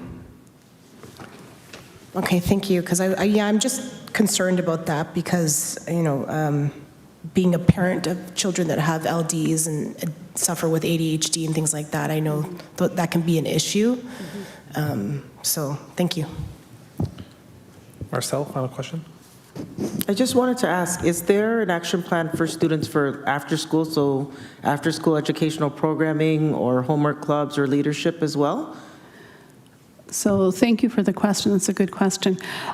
So we do have some, but it's limited. And we do prioritize certain neighborhoods and certain schools in order to provide some after-school programming. In high school, often schools may use, for example, a before and after-school program. It could be before or after, but essentially to provide, instruction in literacy or numeracy, which helps students also to focus on on other things. Often it can be through sports, where they have sports activities that will happen either during the day or after or before school. In elementary, we have limited support for that, but we are able to provide some programming, which I believe is going to be starting, or if it hasn't yet, in the next few weeks, to help support literacy and numeracy and help prepare students for assessments that they may have to write, and really reinforce some of those basic learning skills that would help them in terms of the learning. Thank you. Thank you. All right. Madam, I wanted to suggest something that for the student engagement and well-being, since the topic is about student achievement plan, and we just need to, the school board needs to measure only those good criteria or factors. May I suggest maybe to remove this factor here that's about the attendance or even the suspension, because these are a form of violation. I'm only comparing this with, for example, with the Ministry of Transportation, where in violations, fractions or demerits are separate from those when you renew or you apply for a driver's license. We can measure students in terms of achievements in their grades, and also to include here for the science, for physical education, and religion, for example. So my comment is just, we just need to present something that is good, and we don't indicate something that is bad, so that we can present this, for example, with the Ministry of Education, and he will see that everything is good. We don't see there are things such as this. There are students who are not performing well, maybe to reward this, and we don't hurt the students with mentioning that they are suspended or not. So we can just try to reward this, because it's not good for example, for the minister to see that there are students who are suspended, and then it doesn't specify which level. So it's not good for students in the elementary school that there are students being suspended. They are still on the early learning stage, growing stage. So I don't think that this should be included here. Isn't it that the Toronto Catholic District School Board are handling elementary and high school only, since the school budget, when I attended the budget last week, is geared towards the elementary and school, and lesser of the college and those of the academy and post-secondary. So your first comment is to focus on positive metrics? Yes, and to remove this, because this will be presented to the ministry. Yeah, the ministry, as the superintendent said, that's a metric that they've actually asked for, but I think the comment could be the school board to look for also positive metrics that can help to feed into that in terms of student success. And then your second question was around budget. I didn't catch what the question was.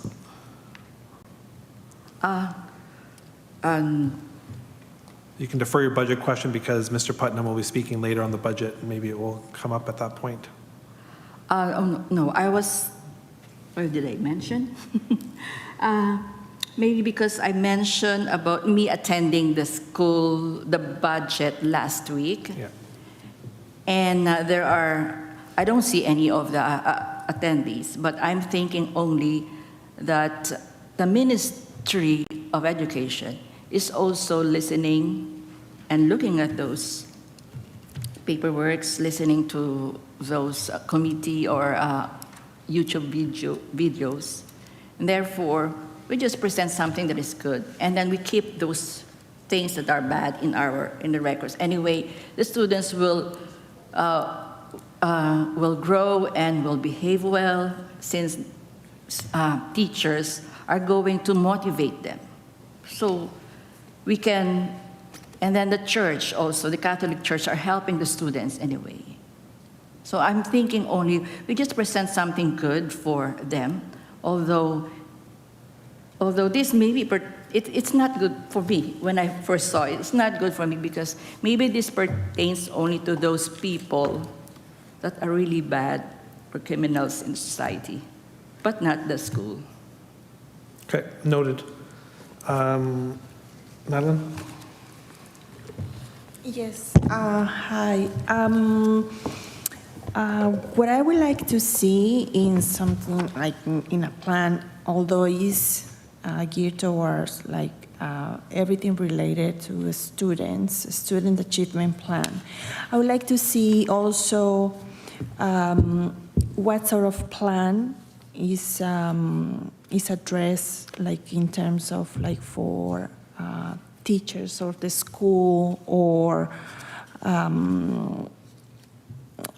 I guess yes, the teachers or the school as a whole, like to address this achievement plan. I see what it says that the actions that the school board would like to take and improve, but I would like to see more of what the actions are like, or what are expected from the teachers themselves.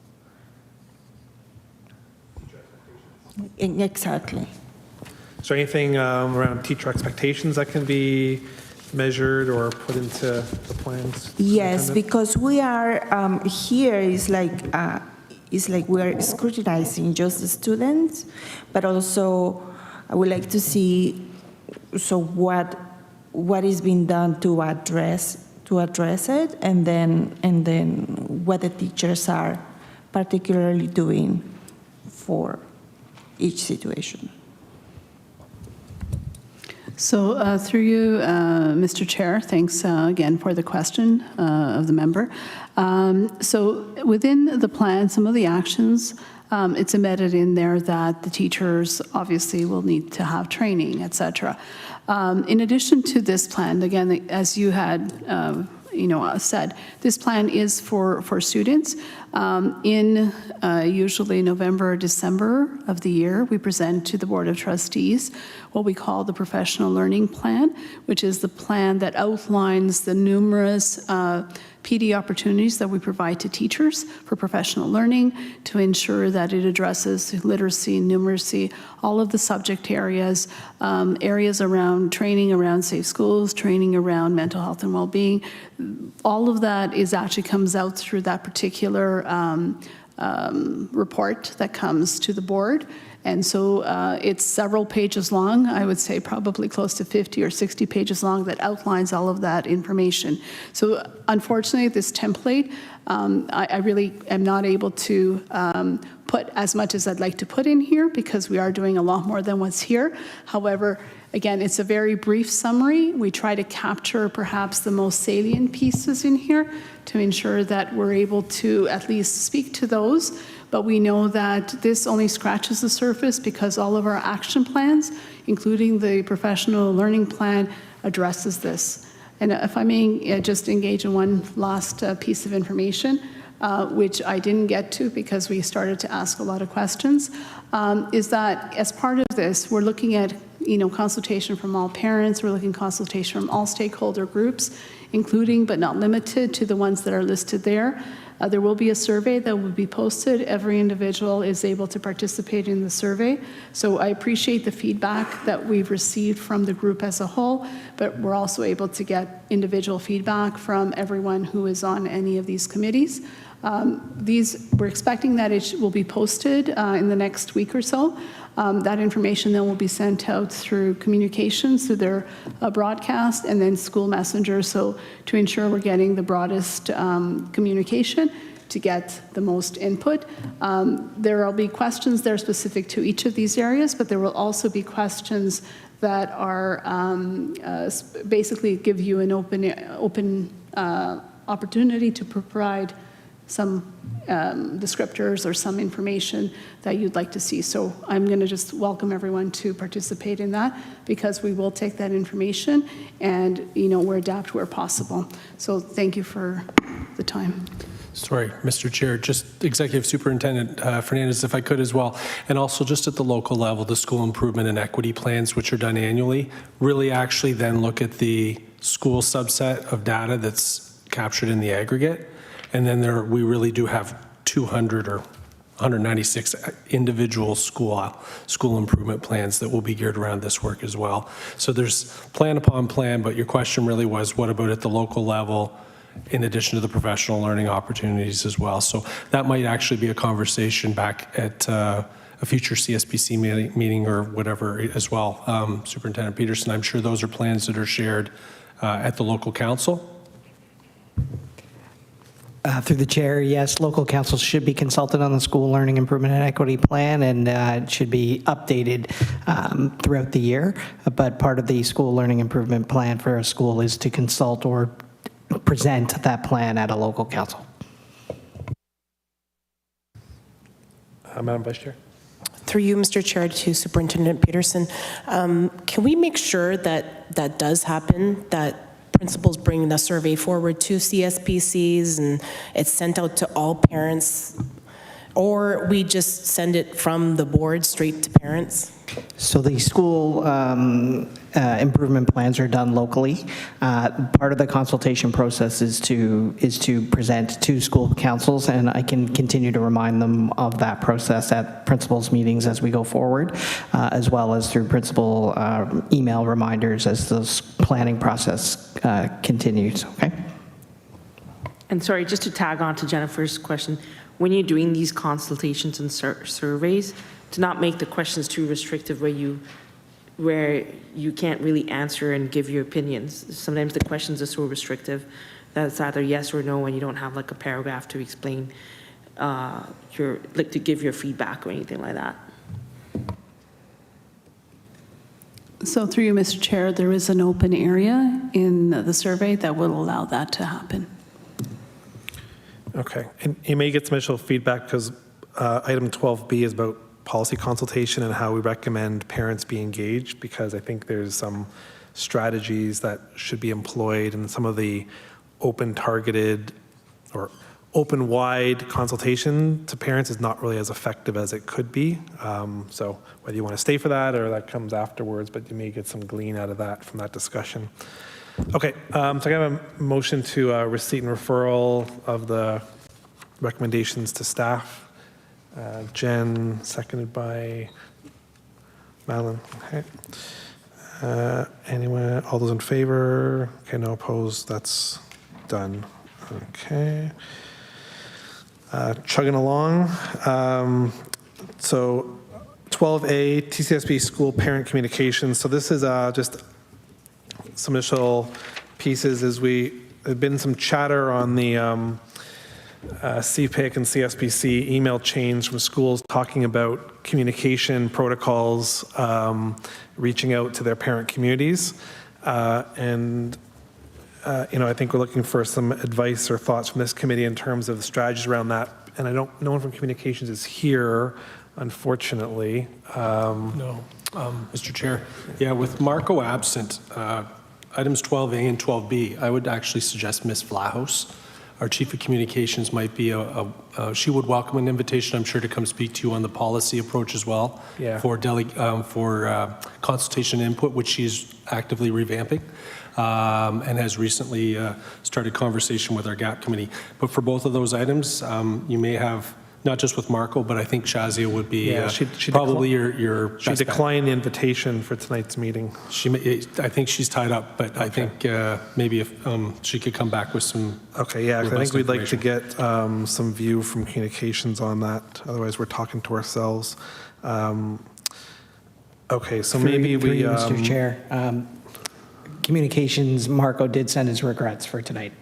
Okay, so let's note that in the minutes. Okay, so I think to be effective, let's move to defer these to our May meeting. so we can have a more fulsome discussion with the right audience there. Gus, seconded by Malin. Okay, so we'll defer those two. And Mr. Chair, Executive Superintendent Fernandez and Superintendent Peterson, myself, can provide some feedback. Maybe Superintendent Peterson could share with Ms. Vlahos, particular on your policy thoughts, and she could come back and present to you something similar to what she just presented to GAP on sort of the evolution of our policy development and consultation. I think that might be helpful. Okay, because I think we want to have a discussion in terms of how to properly engage parents, because the board has not done an effective over the past number of years. So I think we want to discuss in terms of strategies, how communications might be formed to better reach parents to actually get a proper response. Because sometimes we blast stuff out and we're not really hitting the mark in terms of what we want to achieve by that. So yeah. I think you'll find as well we've added a senior policy advisor with extensive experience, Derek Luke. So perhaps Derek and Shazia can give you some insight in terms of the approach and the vision, but yeah, that's been a noted area for us to address. Okay. All right. So please, I'll extend the invite to them, but please pass the message on in your staffial conversations about the importance of next meeting. Okay. Then number 13A, which is a receipt of the Executive Officer Standing Subcommittee minutes.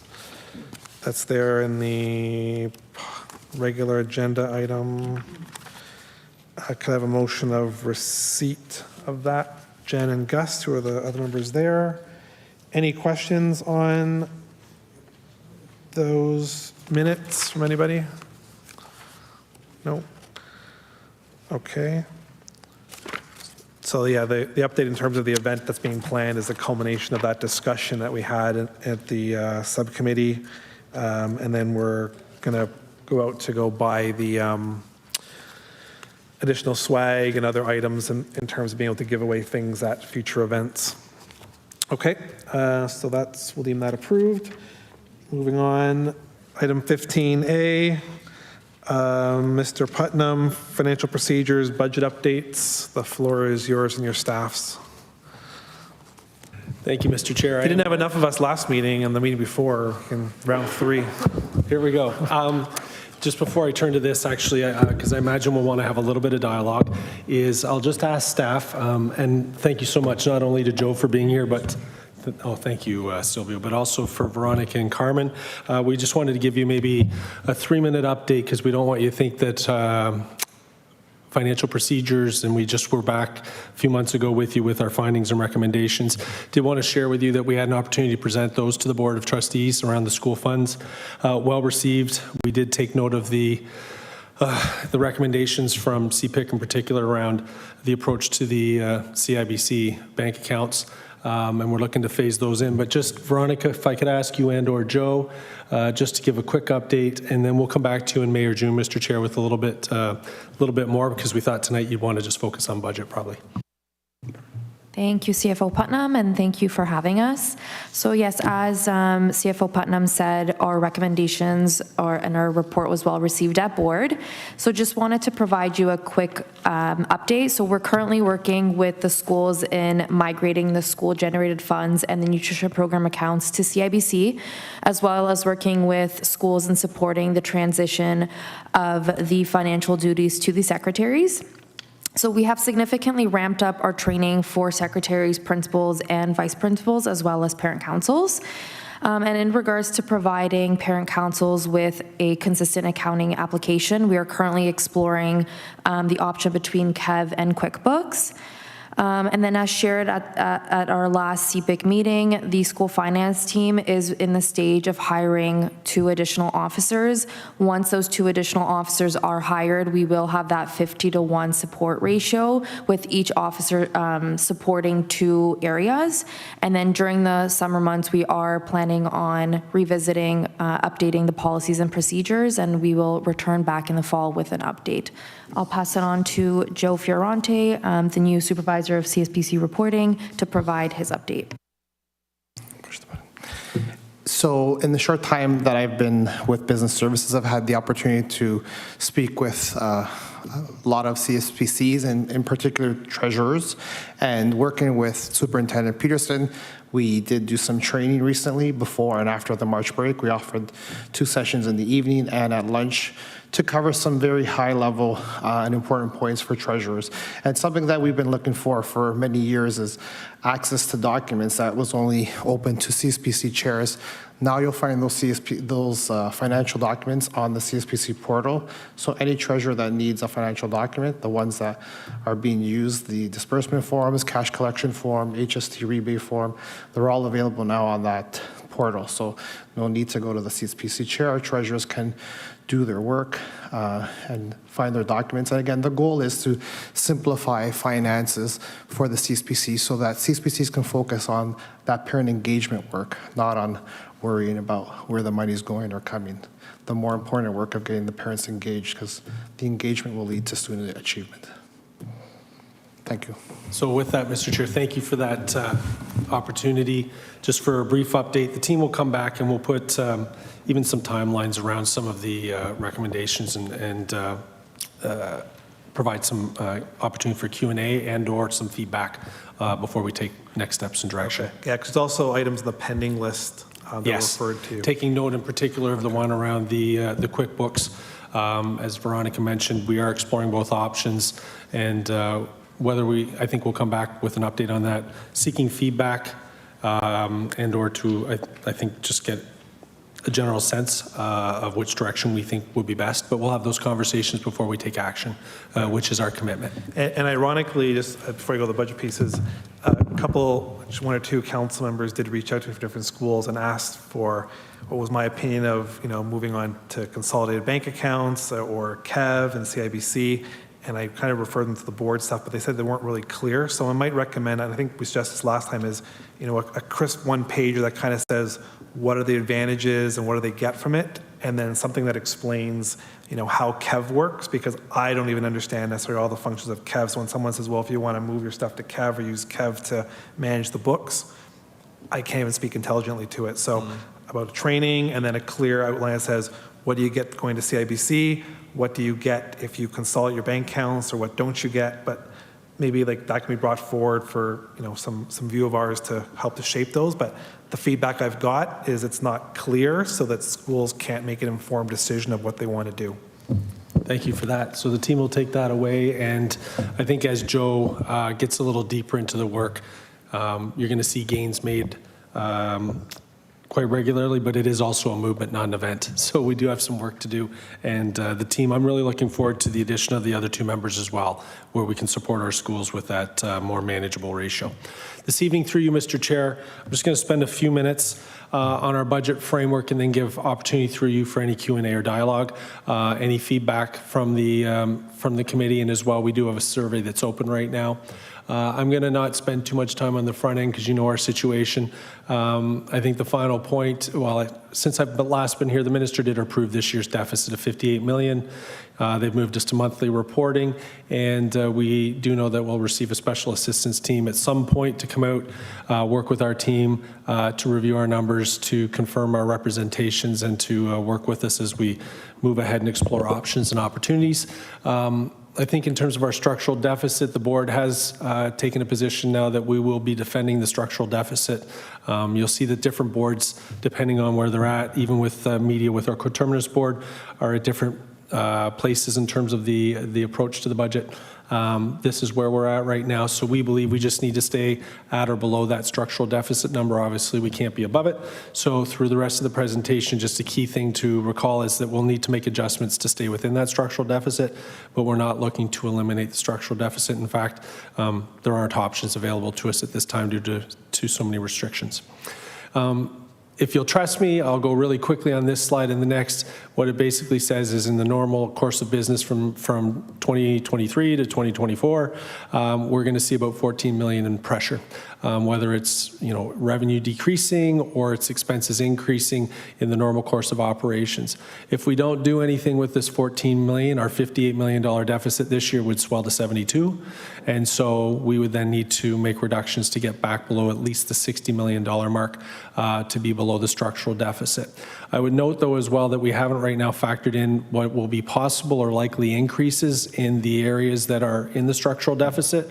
Our Q2 goes to board, I'm there Thursday, and we're seeing a $3 million pressure at the mid-year mark in sick leave. So one of the options here is then the 60 would become 63, for example. Right now, we're looking to offset that extra pressure, but as we look ahead to budget next year, well, obviously the 60 million is a number that will continue to be adjusted as those 3 S's move along. I will just highlight actually as well that there's a report in this Thursday, Mr. Chair, around our enrollment projections and also around our staffing projections for next year. Pleased to report that actually we are going to see a modest increase, some growth, just over 500 students total growth. And so that is good news for us as we've had year-over-year declines. So we're pleased with that, and that's been modeled for in the forecast. And then there's increases in expenses in a number of areas that are normal for us: transportation, IT and pressure, cybersecurity, facility services with the carbon tax, and utilities and inflation.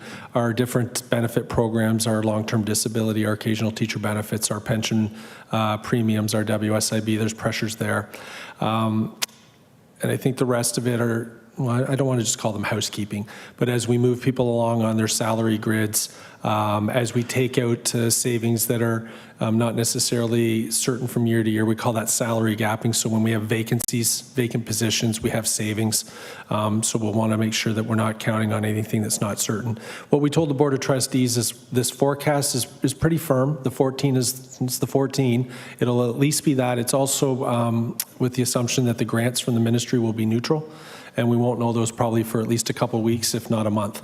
So all things equal, we have $14 million in pressure. So we have a budget plan that we've shared with the Board of Trustees after going through a number of full-day conversations with the senior team. I will tell you that our progression as we looked for savings were to start obviously at revenue opportunities, and there will be a report this month coming to student achievement recommending an increase in our international student fees. We are looking at our lease and permit rates as well. So we're hoping to see about $1 million of increase in revenue. So we need to address the other $13 million through expenditure adjustments. Our progression was to look at non-staffing first, to then when we are looking at staffing to look at central. Then when we look at schools, we wanted to leave anything supporting special services, special education, social services to the end. We know that over the last few years that we've made an intentional choice to push off any changes in special education have looked elsewhere. We also have a guiding principle of minimizing displacement for individuals, or another way of saying that, if someone has a job with us now, we would like to have a job for them in September. There are times where you have to restructure and you may not always be able to have that as an opportunity, but that was something that we felt as a guiding principle when we're looking at what's possible. There may have been adjustments in certain areas where we could go a little deeper, but then we're getting into the fabric of potentially looking at layoffs and not just eliminating vacant positions on the books. So in terms of the 13 million of adjustments, we are targeting approximately 20 positions at the central office. 20 to 25 through vacancies or anticipated retirements. I'll give you an example. I have 2 staff retiring in finance on my management team, and I'll be replacing with 1, and I'll be putting one of the positions towards the attrition. There will be postings you will still see going out because we are running a billion-dollar corporation, and we do have positions we need to fill, but we are actively on the corporate side.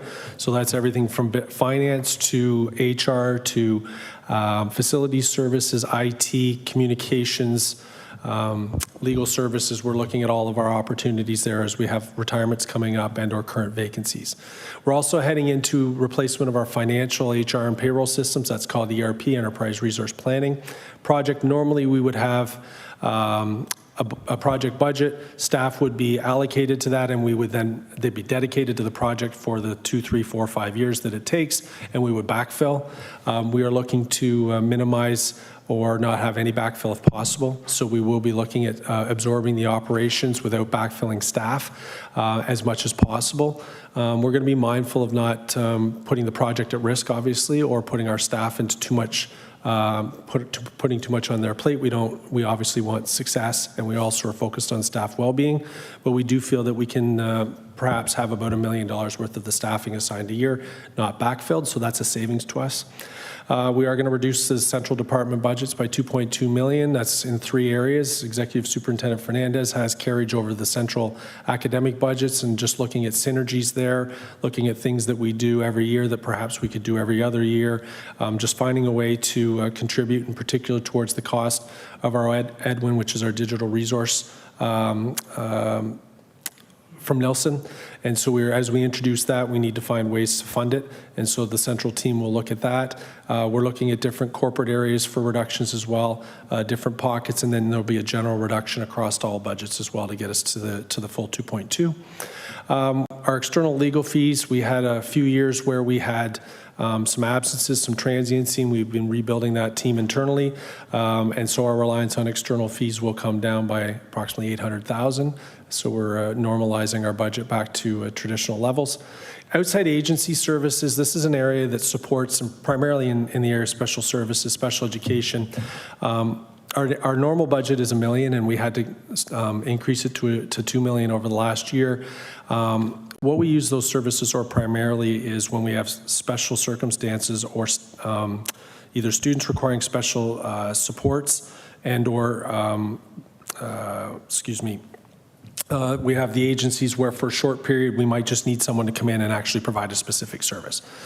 We actually, because of absences and fill rate issues, we haven't been able to hire always our full complement. We've actually been using outside agency also almost for like daily supply when we've been into exhaust. And so we're going to reset the budget back to its intended purpose. If we still need to provide additional outside agency support to our schools, that would only be because there are savings then on the actual staffing side, because we would have vacancies and we would be bringing in to fill. That's not optimal, and we're hoping to see a reset there. Lastly, as we've looked across all of our different areas, and I can't get into it too deeply here, Mr. Chair, but we do have restrictions in a lot of areas, collective agreements, legislative compliance requirements, other things that we've explored all areas, I promise you, but we also know that at some point we had to look in the area of special education. We haven't touched it for 5 years. We did meet with CPIC last week, and they did pass a motion to the board recommending that the board not make any adjustments in special education. We as staff are presenting $5.7 million of reductions or adjustments in special ed. The number there doesn't do it justice where it says we're reducing our deficit from 30 million to 25 in that area. We're really reducing from 165 million of spending to 160. It's about a 3% adjustment. We have had a reduction in the number of IEPs over the last 5 years by 7%. And so I know need, there's always need. But when we look at the areas that we have to make adjustments and what we're starting to do in this area, no adjustment is easy, but we do know that we can make these adjustments without impacting. There will be no student left behind. For the most part, those are taking positions off the books that we just haven't been able to fill. So we aren't actually removing staff from the system.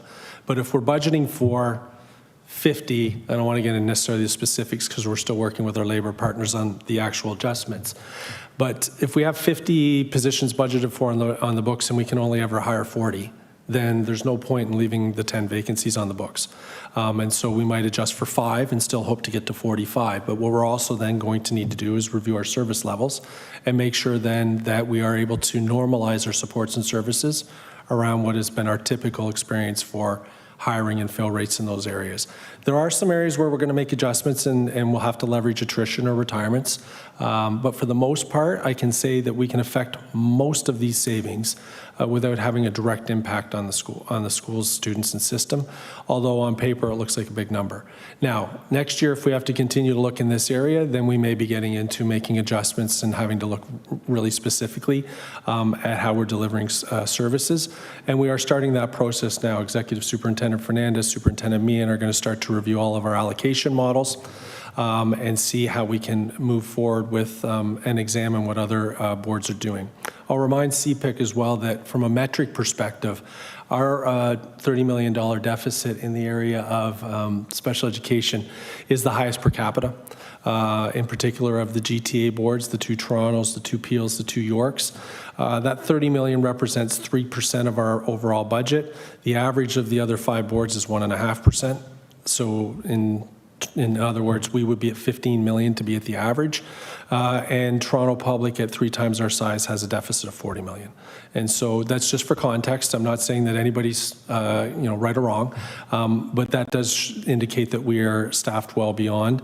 The other areas in the area of both, I've said this before, in teaching, we have roughly 200 special ed teachers beyond the funded levels. Again, that's not right or wrong, it's just a financial number. And from a support staff in special education, we have 1.5 staff per 1,000 students more than the average. So if we have 80,000 students, to keep it simple, we have roughly 120 staff more than the average of the other 5 boards. And so we do need to take a look and start to pull back. I think the main comparator, or the most relevant comparator, is TDSB, because although the other boards are large and they are, we'll call it, concentrated in the central GTA, the 2 Toronto boards have I think the most complex ecosystems. Our demographics are perhaps more complicated than the others, our socioeconomic factors, our support needs. So again, we don't apologize for where we're at, but from a process perspective and a financial perspective, we are at the point where we need to start making some adjustments in this area, and staff are proposing that as our solution. Mr. Chair, I won't spend a lot of time because we'll come back at other meetings, and these are consistent areas that I focused on before that we just need to keep working through as we go forward. We are going to need to make adjustments year over year. There's some brackets with 3 of these lines that, in year 2, year 3, and beyond, we're going to have at least $5 million in pressure just from these areas. And then, of course, there'll be other pressures that surface. So each and every year, this year's number happened to be 14, but it's a safe bet that we're looking on average at about 10 million of new pressure each and every year to have to address. And that's just to keep us within the structural deficit. The other thing I've shared with the Board of Trustees is that we need to focus on our decision context. Obviously, there's system expectations, but we have to match them up with our fiscal reality. We are taking a very strong stance in defending the full structural deficit. We have our reasons. I've shared with you before our local commitments that create additional restrictions, but we are defending the full structural deficit, and I think that I hope it is understood by the system that we are taking that position. 1, we feel comfortable defending it, but 2, we don't think it's reasonable or realistic for us to make adjustments any further than that, because we're starting to then eat into our core fabric. Right? If those 3 areas were funded, we'd have a balanced budget, and then we'd have our own local decisions. Some areas we'd be overspending, some would be underspending. But we do think we obviously have a responsibility to stay within that structural deficit. That's a fair expectation of the ministry.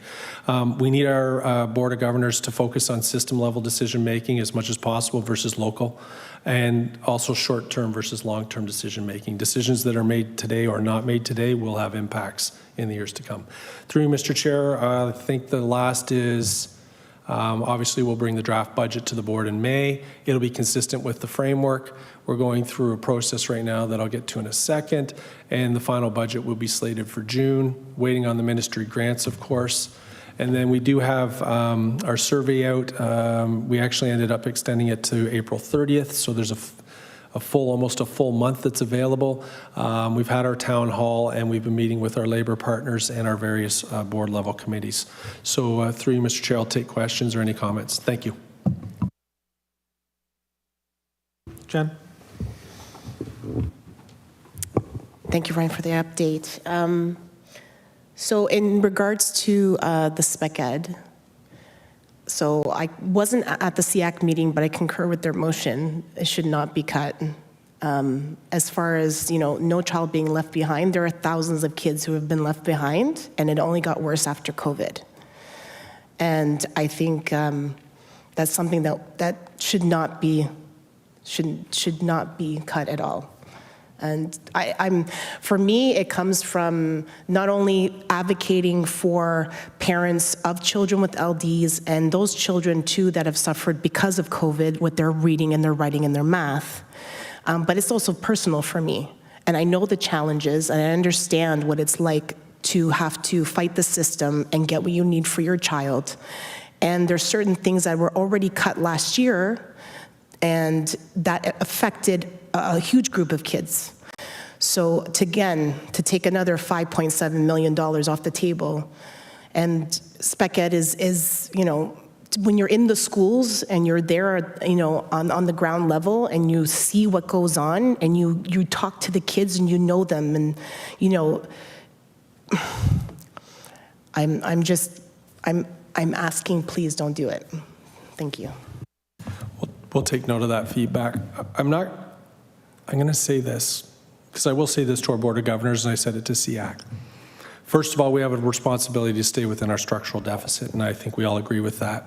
The risk to our Board of Trustees, if we don't at least stay within the structural deficit, is that we invite stronger interest from the ministry and likely directive to go deeper in a number of areas. Our metrics in special education, whether we feel passionate, can defend the need, whatever it would be, are outliers, and we are to the point that we would be directed to go deeper. There is some merit or benefit in making adjustments, albeit smaller, but remaining masters of our own domain. So that'll be the first, you'll hear me say that consistently and regularly to our Board of Governors. Secondly, we don't put this ahead lightly. Those of you that haven't been on the journey for the last 3 years will not necessarily recall all the other adjustments that have been made with us intentionally staying away from this area.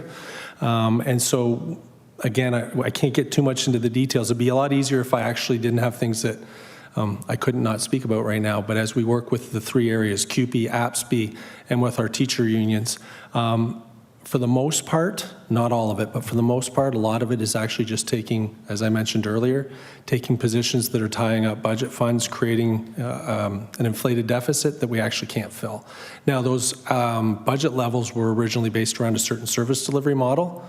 But as I said, if you're running on 2, 3, and 4 years without having the full complement, then you're better served to revisit your service delivery model and work with what you have. The other challenge that I find here in Toronto, and it's my experience after 20 years at another board, our executive superintendent Coulter in HR has 20 years at another board, and Director Brown was a superintendent of special education at another Catholic board, Halton Catholic. Executive Superintendent Coulter at York Catholic, myself at Durham. This board here has worked for years with spending the full amount and allocating it based on what it has available rather than having models that start from zero and work their way up to what actually is required to support a certain level of need. The need is never ending. You'll never spend your way out of that need, but you also have to then reflect on how we provide service within the resources we have available. So I do appreciate that, and I said the same to CPIC. I don't take their motion personally. In fact, I expected it. I don't think I've ever been to CPIC in my 24 years of delivering budgets where there has been support, I would say, for reductions or adjustments. I have had the opportunity to get input that if adjustments were required in that particular area, what would be the suggested areas to either protect or areas that we would touch. This year, we're taking the approach that a little bit from everywhere is better than a lot from somewhere. So I hope that gives you a little comfort that we don't present this lightly. I do respect the feedback. It's not responsible for us as a system not to have adjustments in this area for this budget.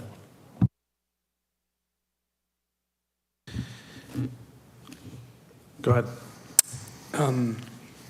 I was quite disappointed when I saw that number. As a teacher, I've never been in a school where the staff, administrators, or even parents said that we have too much funding for our vulnerable students, right? We have way too much money. We don't need that money. There are thousands of students that are waiting for formal academic assessments and psychological assessments. There's not enough funding to pay for the staff that are required to perform those tests. So I don't see there are many other areas where this money can come from, right? And I know of at least one that is exactly that same amount. And the fact that we're even thinking about touching this money or this amount of money for this program is very, very sad. And then from that 1 million with regards to the agency services, how much of that is for actual special education with regards to agency service to support, or like EAs to support special needs students? Through you, Mr. Chair, and thanks for the comment. I know your reference to the other program, it has its own restrictions, and we obviously have our own thoughts on that in the boardroom as a priority. The outside agency supports predominantly special services, special education. This still leaves $1 million in for the intended purpose. This extra million here is hopefully just drawing us down to a reset where if we can get fully staffed, have our full complements, not run into daily exhaust stories where our supply pools are exhausted and we have positions we can't fill. Like right now, it's not uncommon for us if we have 4 or 5 EAs assigned to a school where 1 or 2 are away on every day. So we are going to this as our stopgap. If we need to, we will. Financially, I just want to get it back down in line, and then it will sort of take care of itself with cost avoidance or savings in other areas if we have to go over. Yeah, so we won't be leaving the system without the supports, at least in terms of our approach. We just need to try and get it back, sort of back down to normalized. Can I just have one follow-up? You keep mentioning the restrictions because of collective agreements, right? The board is currently, I guess, in negotiations with their local unions. So are these being discussed, like these areas where we have potential savings, are they being discussed with the unions so that we can guarantee the most savings out of some of these programs? Through you, Mr. Chair. Again, I'll be mindful to not be bargaining in bad faith. We have mandates for all of our local bargaining conversations. We do have collective agreements in place right now with a number of our support staff, all of our QP groups. We are not yet in local bargaining with our local OECTA groups, although there is a provincial contract to be ratified, and there's still central negotiations with our APSB, which is a good portion of our student services groups. And so that we have either restrictions within our existing collective agreements or we have to honor the bargaining process. We do have mandates. We have presented our thoughts and ideas and proposals. However, the province, in terms of the protracted bargaining process, has also put restrictions in place in terms of the changes that can be affected, the length of bargaining, some clear direction around labor disruption and things like that. So there's restrictions notwithstanding that will make it very difficult to move the needle in this round of bargaining. But we are starting those conversations, and we are starting to look and approach things from an interspace bargaining perspective as well, which is everything's not necessarily quid pro quo, but can we all get on the same page with our ultimate vision, what's the goal for the system or for that particular conversation, and see if there's a way to get there. Otherwise, you normally just end up in an impasse. But all of our partners have brought to the table the common theme, common concern around protecting the system as much as possible in this financial situation, but then obviously then needing to look at their own members and needs of their particular group. Thank you. Hi. Could you please show us the slide where we see something where the budget increases instead of decreases? There. Okay. So from all these, is there something that you figure that we could, adjust, to compensate for the other things that you guys are cutting?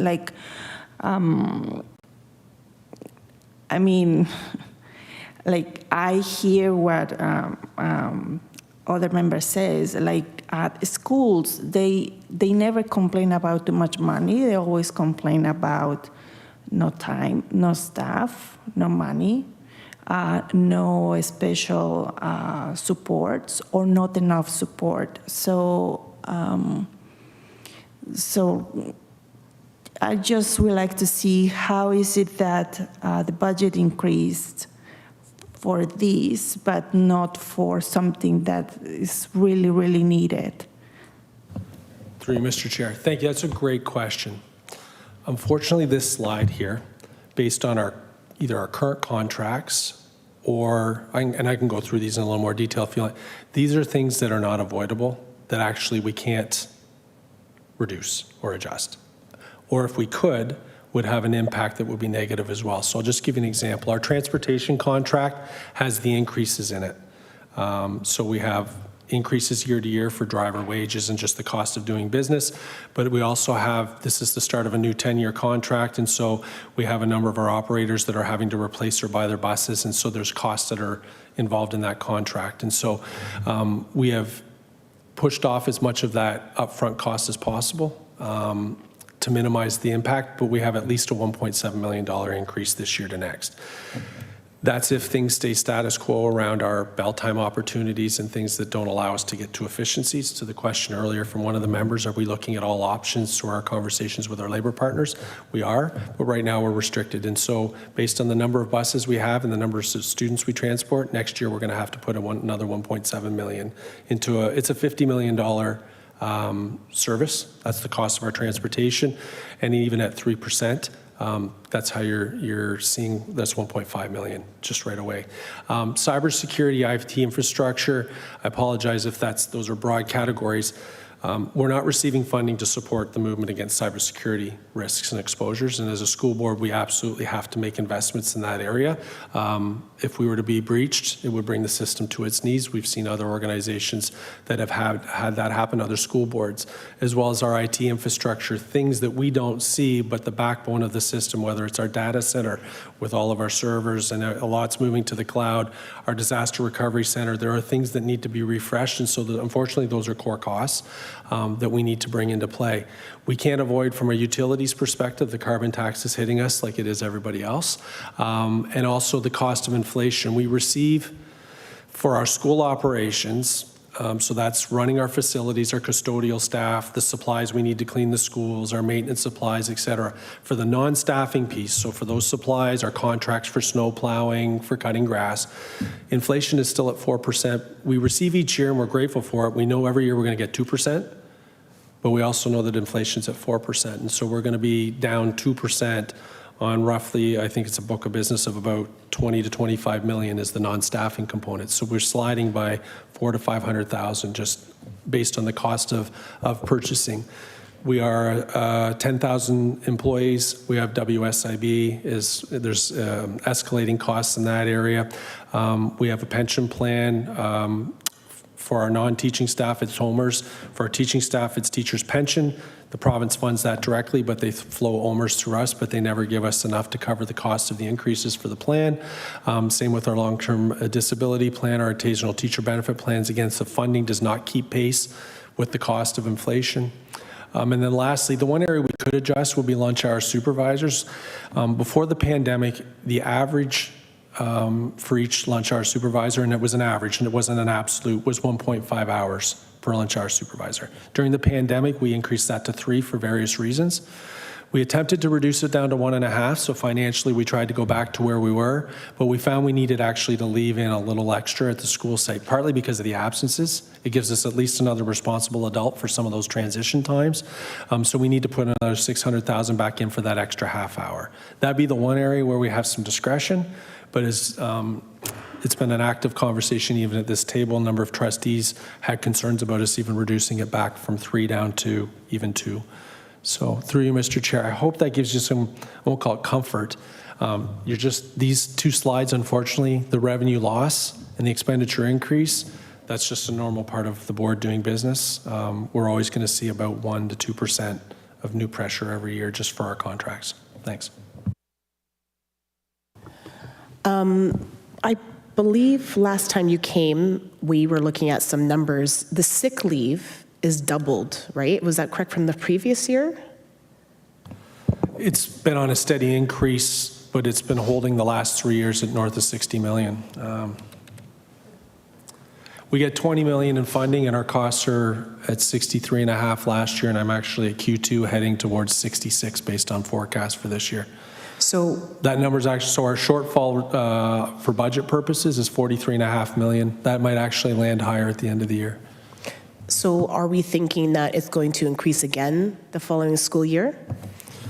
We are now 3 years in a row at that level, so our trending does indicate that we are still seeing an increase in the average number of days. It has grown from 8 to 16 over the last decade, almost perfectly steady. and over the last 3 years, it's remained static. Those are just even daily absences for illness, and then we start to look at short-term. We look at other reasons why people will be off, absence, whether it's training related. That's not even part of that number. Just think of the number of days, though, that we might not have consistent adults in front of students or within the building. That number is starting to get up north of 20 days per school year. So 10% of the time there's absences on average. So what is the board looking at doing to help mitigate that? And I mean, like, to help teachers. Obviously, there's stresses there. There's issues happening that are causing those numbers to go up. So what is it that we can do to help our teachers or our staff to get back into the classrooms, get back, what do they need? Through you, Mr. Chair. That's a really complex question and one that's an active one at the board table. Individual boards are at this point not able to really reverse the tide, okay? What are we doing locally? Of course, we're focusing on, and we have a very robust return to work disability management team. We are working with staff where we see metrics that might indicate that there's some absence patterns, and we are addressing those locally as best we can. It's all employee groups as well. It varies based on the group, but it's not just the teacher. We are seeing it with all of our groups that are school-based, including administrators. Extra pressure. Some of it's post-pandemic. There's been a lot of uptick in terms of mental health challenges, stress leaves, and others for all of our different groups. We're kind of I'm just going to use this word because Associate Director Delamore and myself did meet with the Auditor General. They're auditing Toronto District right now, and they've come to us as a benchmark. And their audit this time is to look at connecting the input into the output, sort of looking at return on investment. But what we actually signaled, Associate Director Delamore said it really well, the absence phenomenon, both financially and operationally, is actually, you can study that all you want, the inputs to the outputs, but we're in crisis mode if in 3 to 5 years this continues on this trend around just the disruption to student learning and to continuity in the building, along with the wellness aspects for staff. We do think, there was a call sort of to just move back to the old sick leave plan. I do think that would help in some ways where there's some entitlement and some abuse. But for the most part, there's a different trend that's happened now with respect to absences in schools, and we need to better understand it. And so there is a provincial task force that the minister set up, but that's going to take years. We are limited in terms of attendance management criteria that we can introduce as a school board ourselves around management rights. We do use what we can in that area, and that sounds like it's a negative approach. We're trying to stay positive in our approach to this. We have been asked, how can we make the environments better for staff and for students? Obviously, we're doing all we can. But the ask we had of the Auditor General as a nonpartisan, independent, objective voice is that we need them to flag in this audit actually that there is one issue and one issue only that really requires study right now in education. That's the absence phenomenon. Financially for us, obviously it puts pressure. And the big hit is that we had $100 million in reserves 3 years ago, and it's been chewed up by sick leave. The $14 million in pressure that was just, we could have bridged that. We would have been, the solution, sorry, Mr. Chair, I'm jumping around, but the solution, we could have probably stopped short of special education, just gone to our reserve and bridged it while we continue to look, and we could just deal with the pressures in other areas. And, you'd take a little bit here and there, but you'd be able to spread it out a little bit more and be masters of our domain. That part bothers me because now we're having to make adjustments in areas that otherwise we probably wouldn't or couldn't have or shouldn't have had to. But the real issue is actually the impact at school level. The strain that it's putting on a daily basis on not just staff but our administrators to literally balance, and those of you that work in schools would know what it's like on a daily basis, right? There can be sometimes absences that require even our administrators to be in classrooms, to be doing EA-related duties, et cetera, et cetera. That doesn't allow them to do anything other than just keep the operations of the school going each day. So, Mr. Chair, I won't go any longer than to say it's multifaceted. We focus on it. We review the metrics every week. We work with our principals, our administrators. We have our employee family assistance program that's highly utilized, which suggests as well that there's a movement towards needing further support. But we are in crisis mode, and we've asked for the Auditor General to table that, similar to how they got into CAS with some of the issues in fairly recent audit, maybe 3 years ago. They come across as pretty scathing, but we need someone to cut through it. Same with the wait time issues in healthcare. We absolutely have to have an independent study with an objective voice that calls it what it is and gives tangible solutions, whatever it would be, and bringing all stakeholders together. There is no magic bullet. Okay, as it's approaching 10 o'clock, we'll... Sorry, I just want to make one comment. Yeah. CFO Putnam, is there any area in the budget department that parents can voice their concerns if they see a lot of wastage, for example, like photocopy paper being used a lot and just being, wasted in the lunchrooms, or like lights being on in schools and things like that. Like, for example, even these chairs here, like, can parents suggest to say, hey, because last year we had perfectly good chairs here, black chairs, and now they're gray chairs. So, like, there could be suggestions where parents could provide an opportunity to have these chairs sold or something like that. So is there an area where we can suggest issues where we think that there might be wastage of money that way and point that out? We do have, Mr. Chair, through you, with the survey as well, the budget email that is available. We're happy to take input. We are working, obviously, on some of the areas that you cite. Actually, I won't get into the chairs that you're sitting on this evening and why they were replaced, but we're dealing with $1 billion corporation that has a core corporate infrastructure. We do need to spend, but where there are areas and ideas where we can change behavior, or there's just something you're seeing in the front line at the schools that you'd like us to be aware of, either to your principal or to that budget email would be the right place. Thank you, Mr. Chair. Brian? Yeah, you brought up the budget. I was actually kind of disappointed going through the budget to find that there was just one question where we just ranked the 5 areas, and it seemed like you grouped so many different things in these areas. It's almost like you didn't want parents' opinions or advice, because I'm not sure what you can take from that when you would rank those areas, but yet there's so many things that they could be for or against in each column. So I'm not really sure how you're going to use that data or that information, where in previous years, I remember maybe 4 or 5 years ago, maybe there was 10 things that we would rank, and they were each individual items. So you can clearly see that parents interested in this versus the thing that's lowest on their list. So I was a little concerned about that. Yeah, thanks for that comment, and it's actually consistent with feedback from CPIC. We are going to revisit the purpose, the timing, and the structure of our surveys going forward. I find that this year, to be honest with you, there's no point in casting a net that just says, hey, tell us what you think.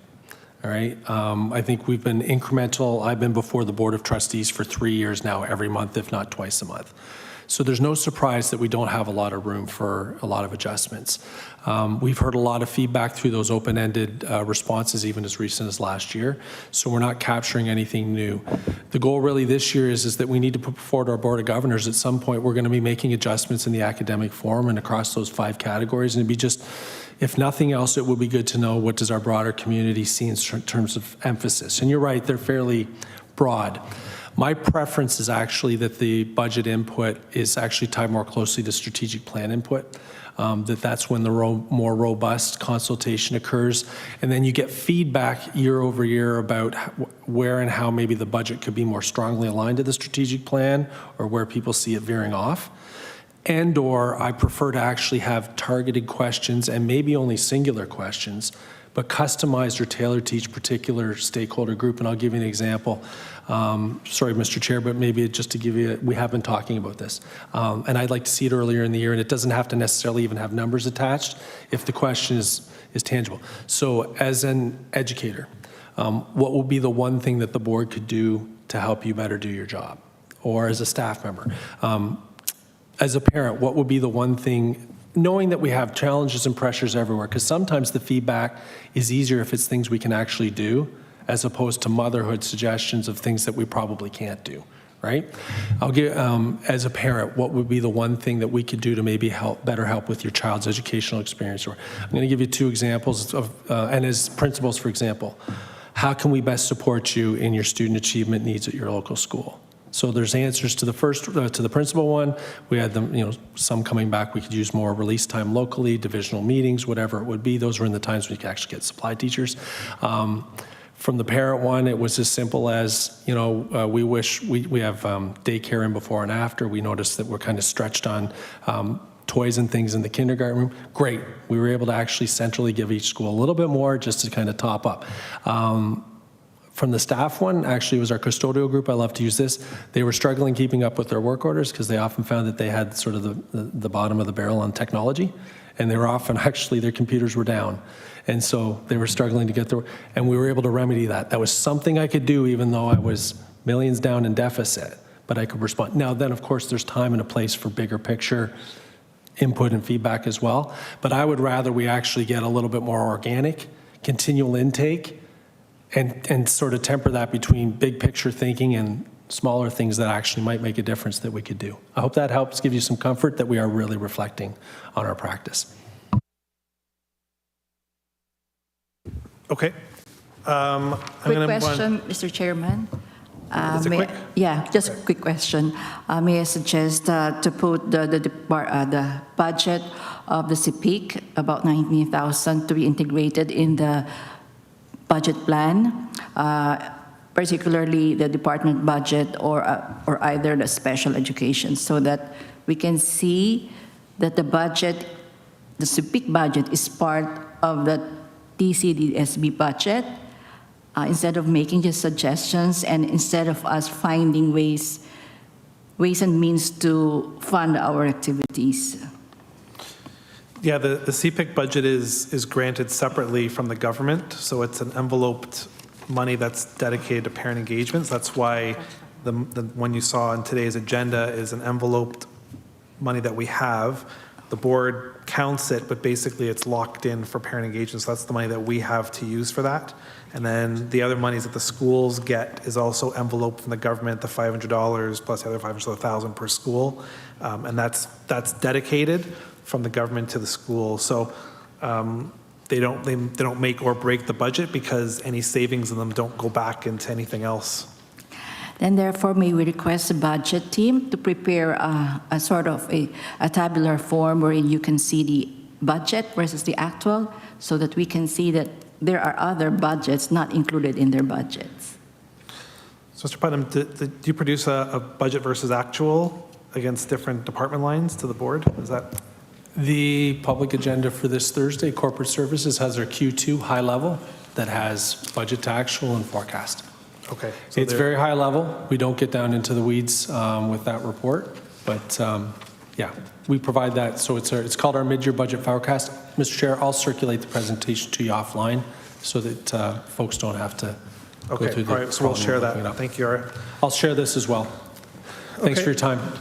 Motion of receipt of the budget presentation. Jen, Gus, okay. Moving on, we're going to try and finish next 10 minutes. Mr. Peterson, any high-level important updates from your area?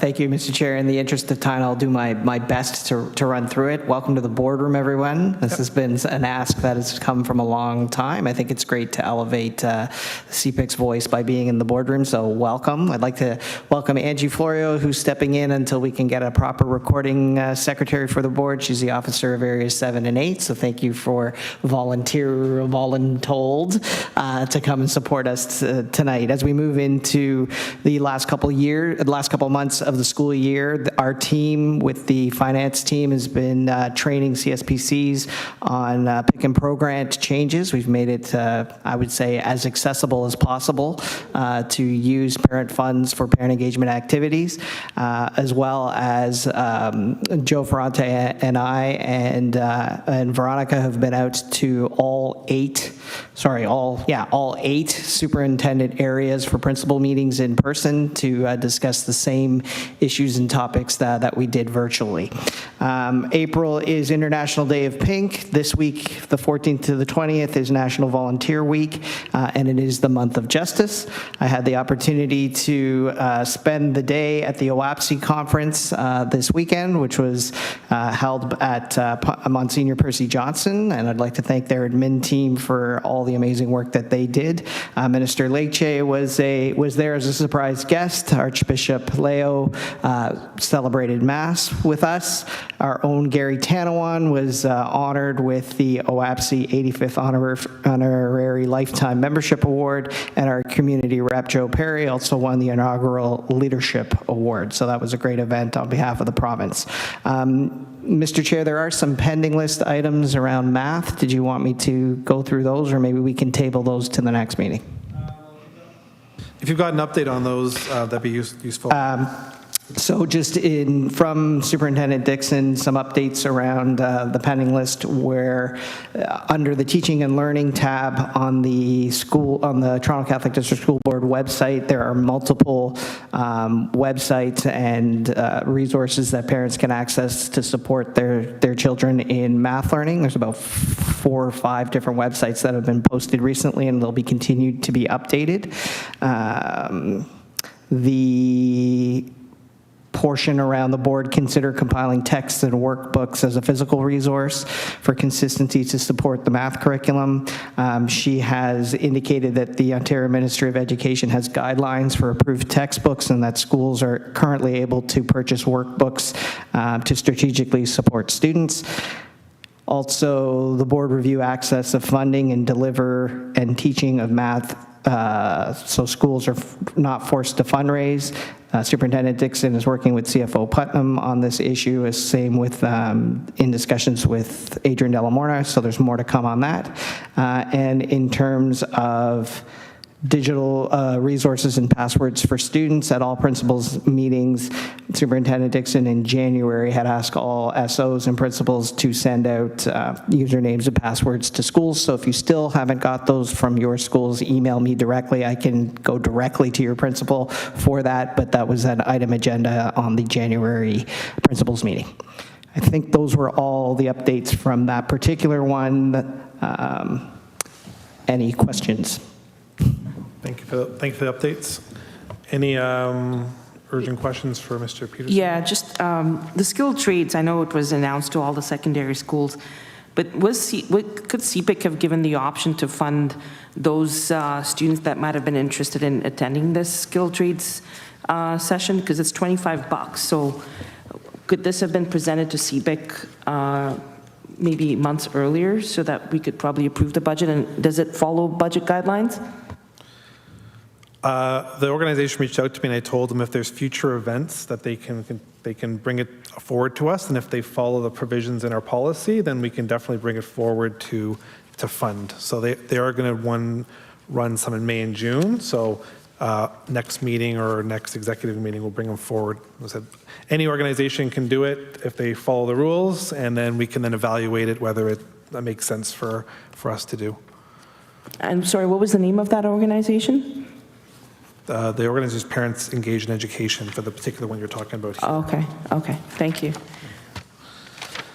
Okay, thank you for that update. Trustee D'Amico, anything from the board other than budgets? Oh, sorry. Yeah, motion to accept the report, Jen and Gus. Thank you. Go ahead, Trustee. Round us off for the conclusion. What's going on the board? It's been probably over a decade since I've been on CPIC. So I'm glad to be here. I see a lot of new faces. Some of the faces I've worked with in the community and served with as trustees and working in our schools. I think we were 2011. 2011. It's been a while. The format's nice. If I knew you guys get Swiss Chalet, I would have joined earlier. But I'm glad to be back. So I'm here to do my best. And thank you, Trustee D'Amico, for filling in for Trustee LaPretti, as she has an absent tonight. So thank you for allowing the meeting to continue, and you're more than welcome anytime to come around, especially for dinner. One of the small little things that our volunteers get. So that being said, pretty close to our target time of 10 o'clock, so I'll take a motion of adjournment. Jen, Brian, and we will conclude the meeting. We are adjourned. Thank you.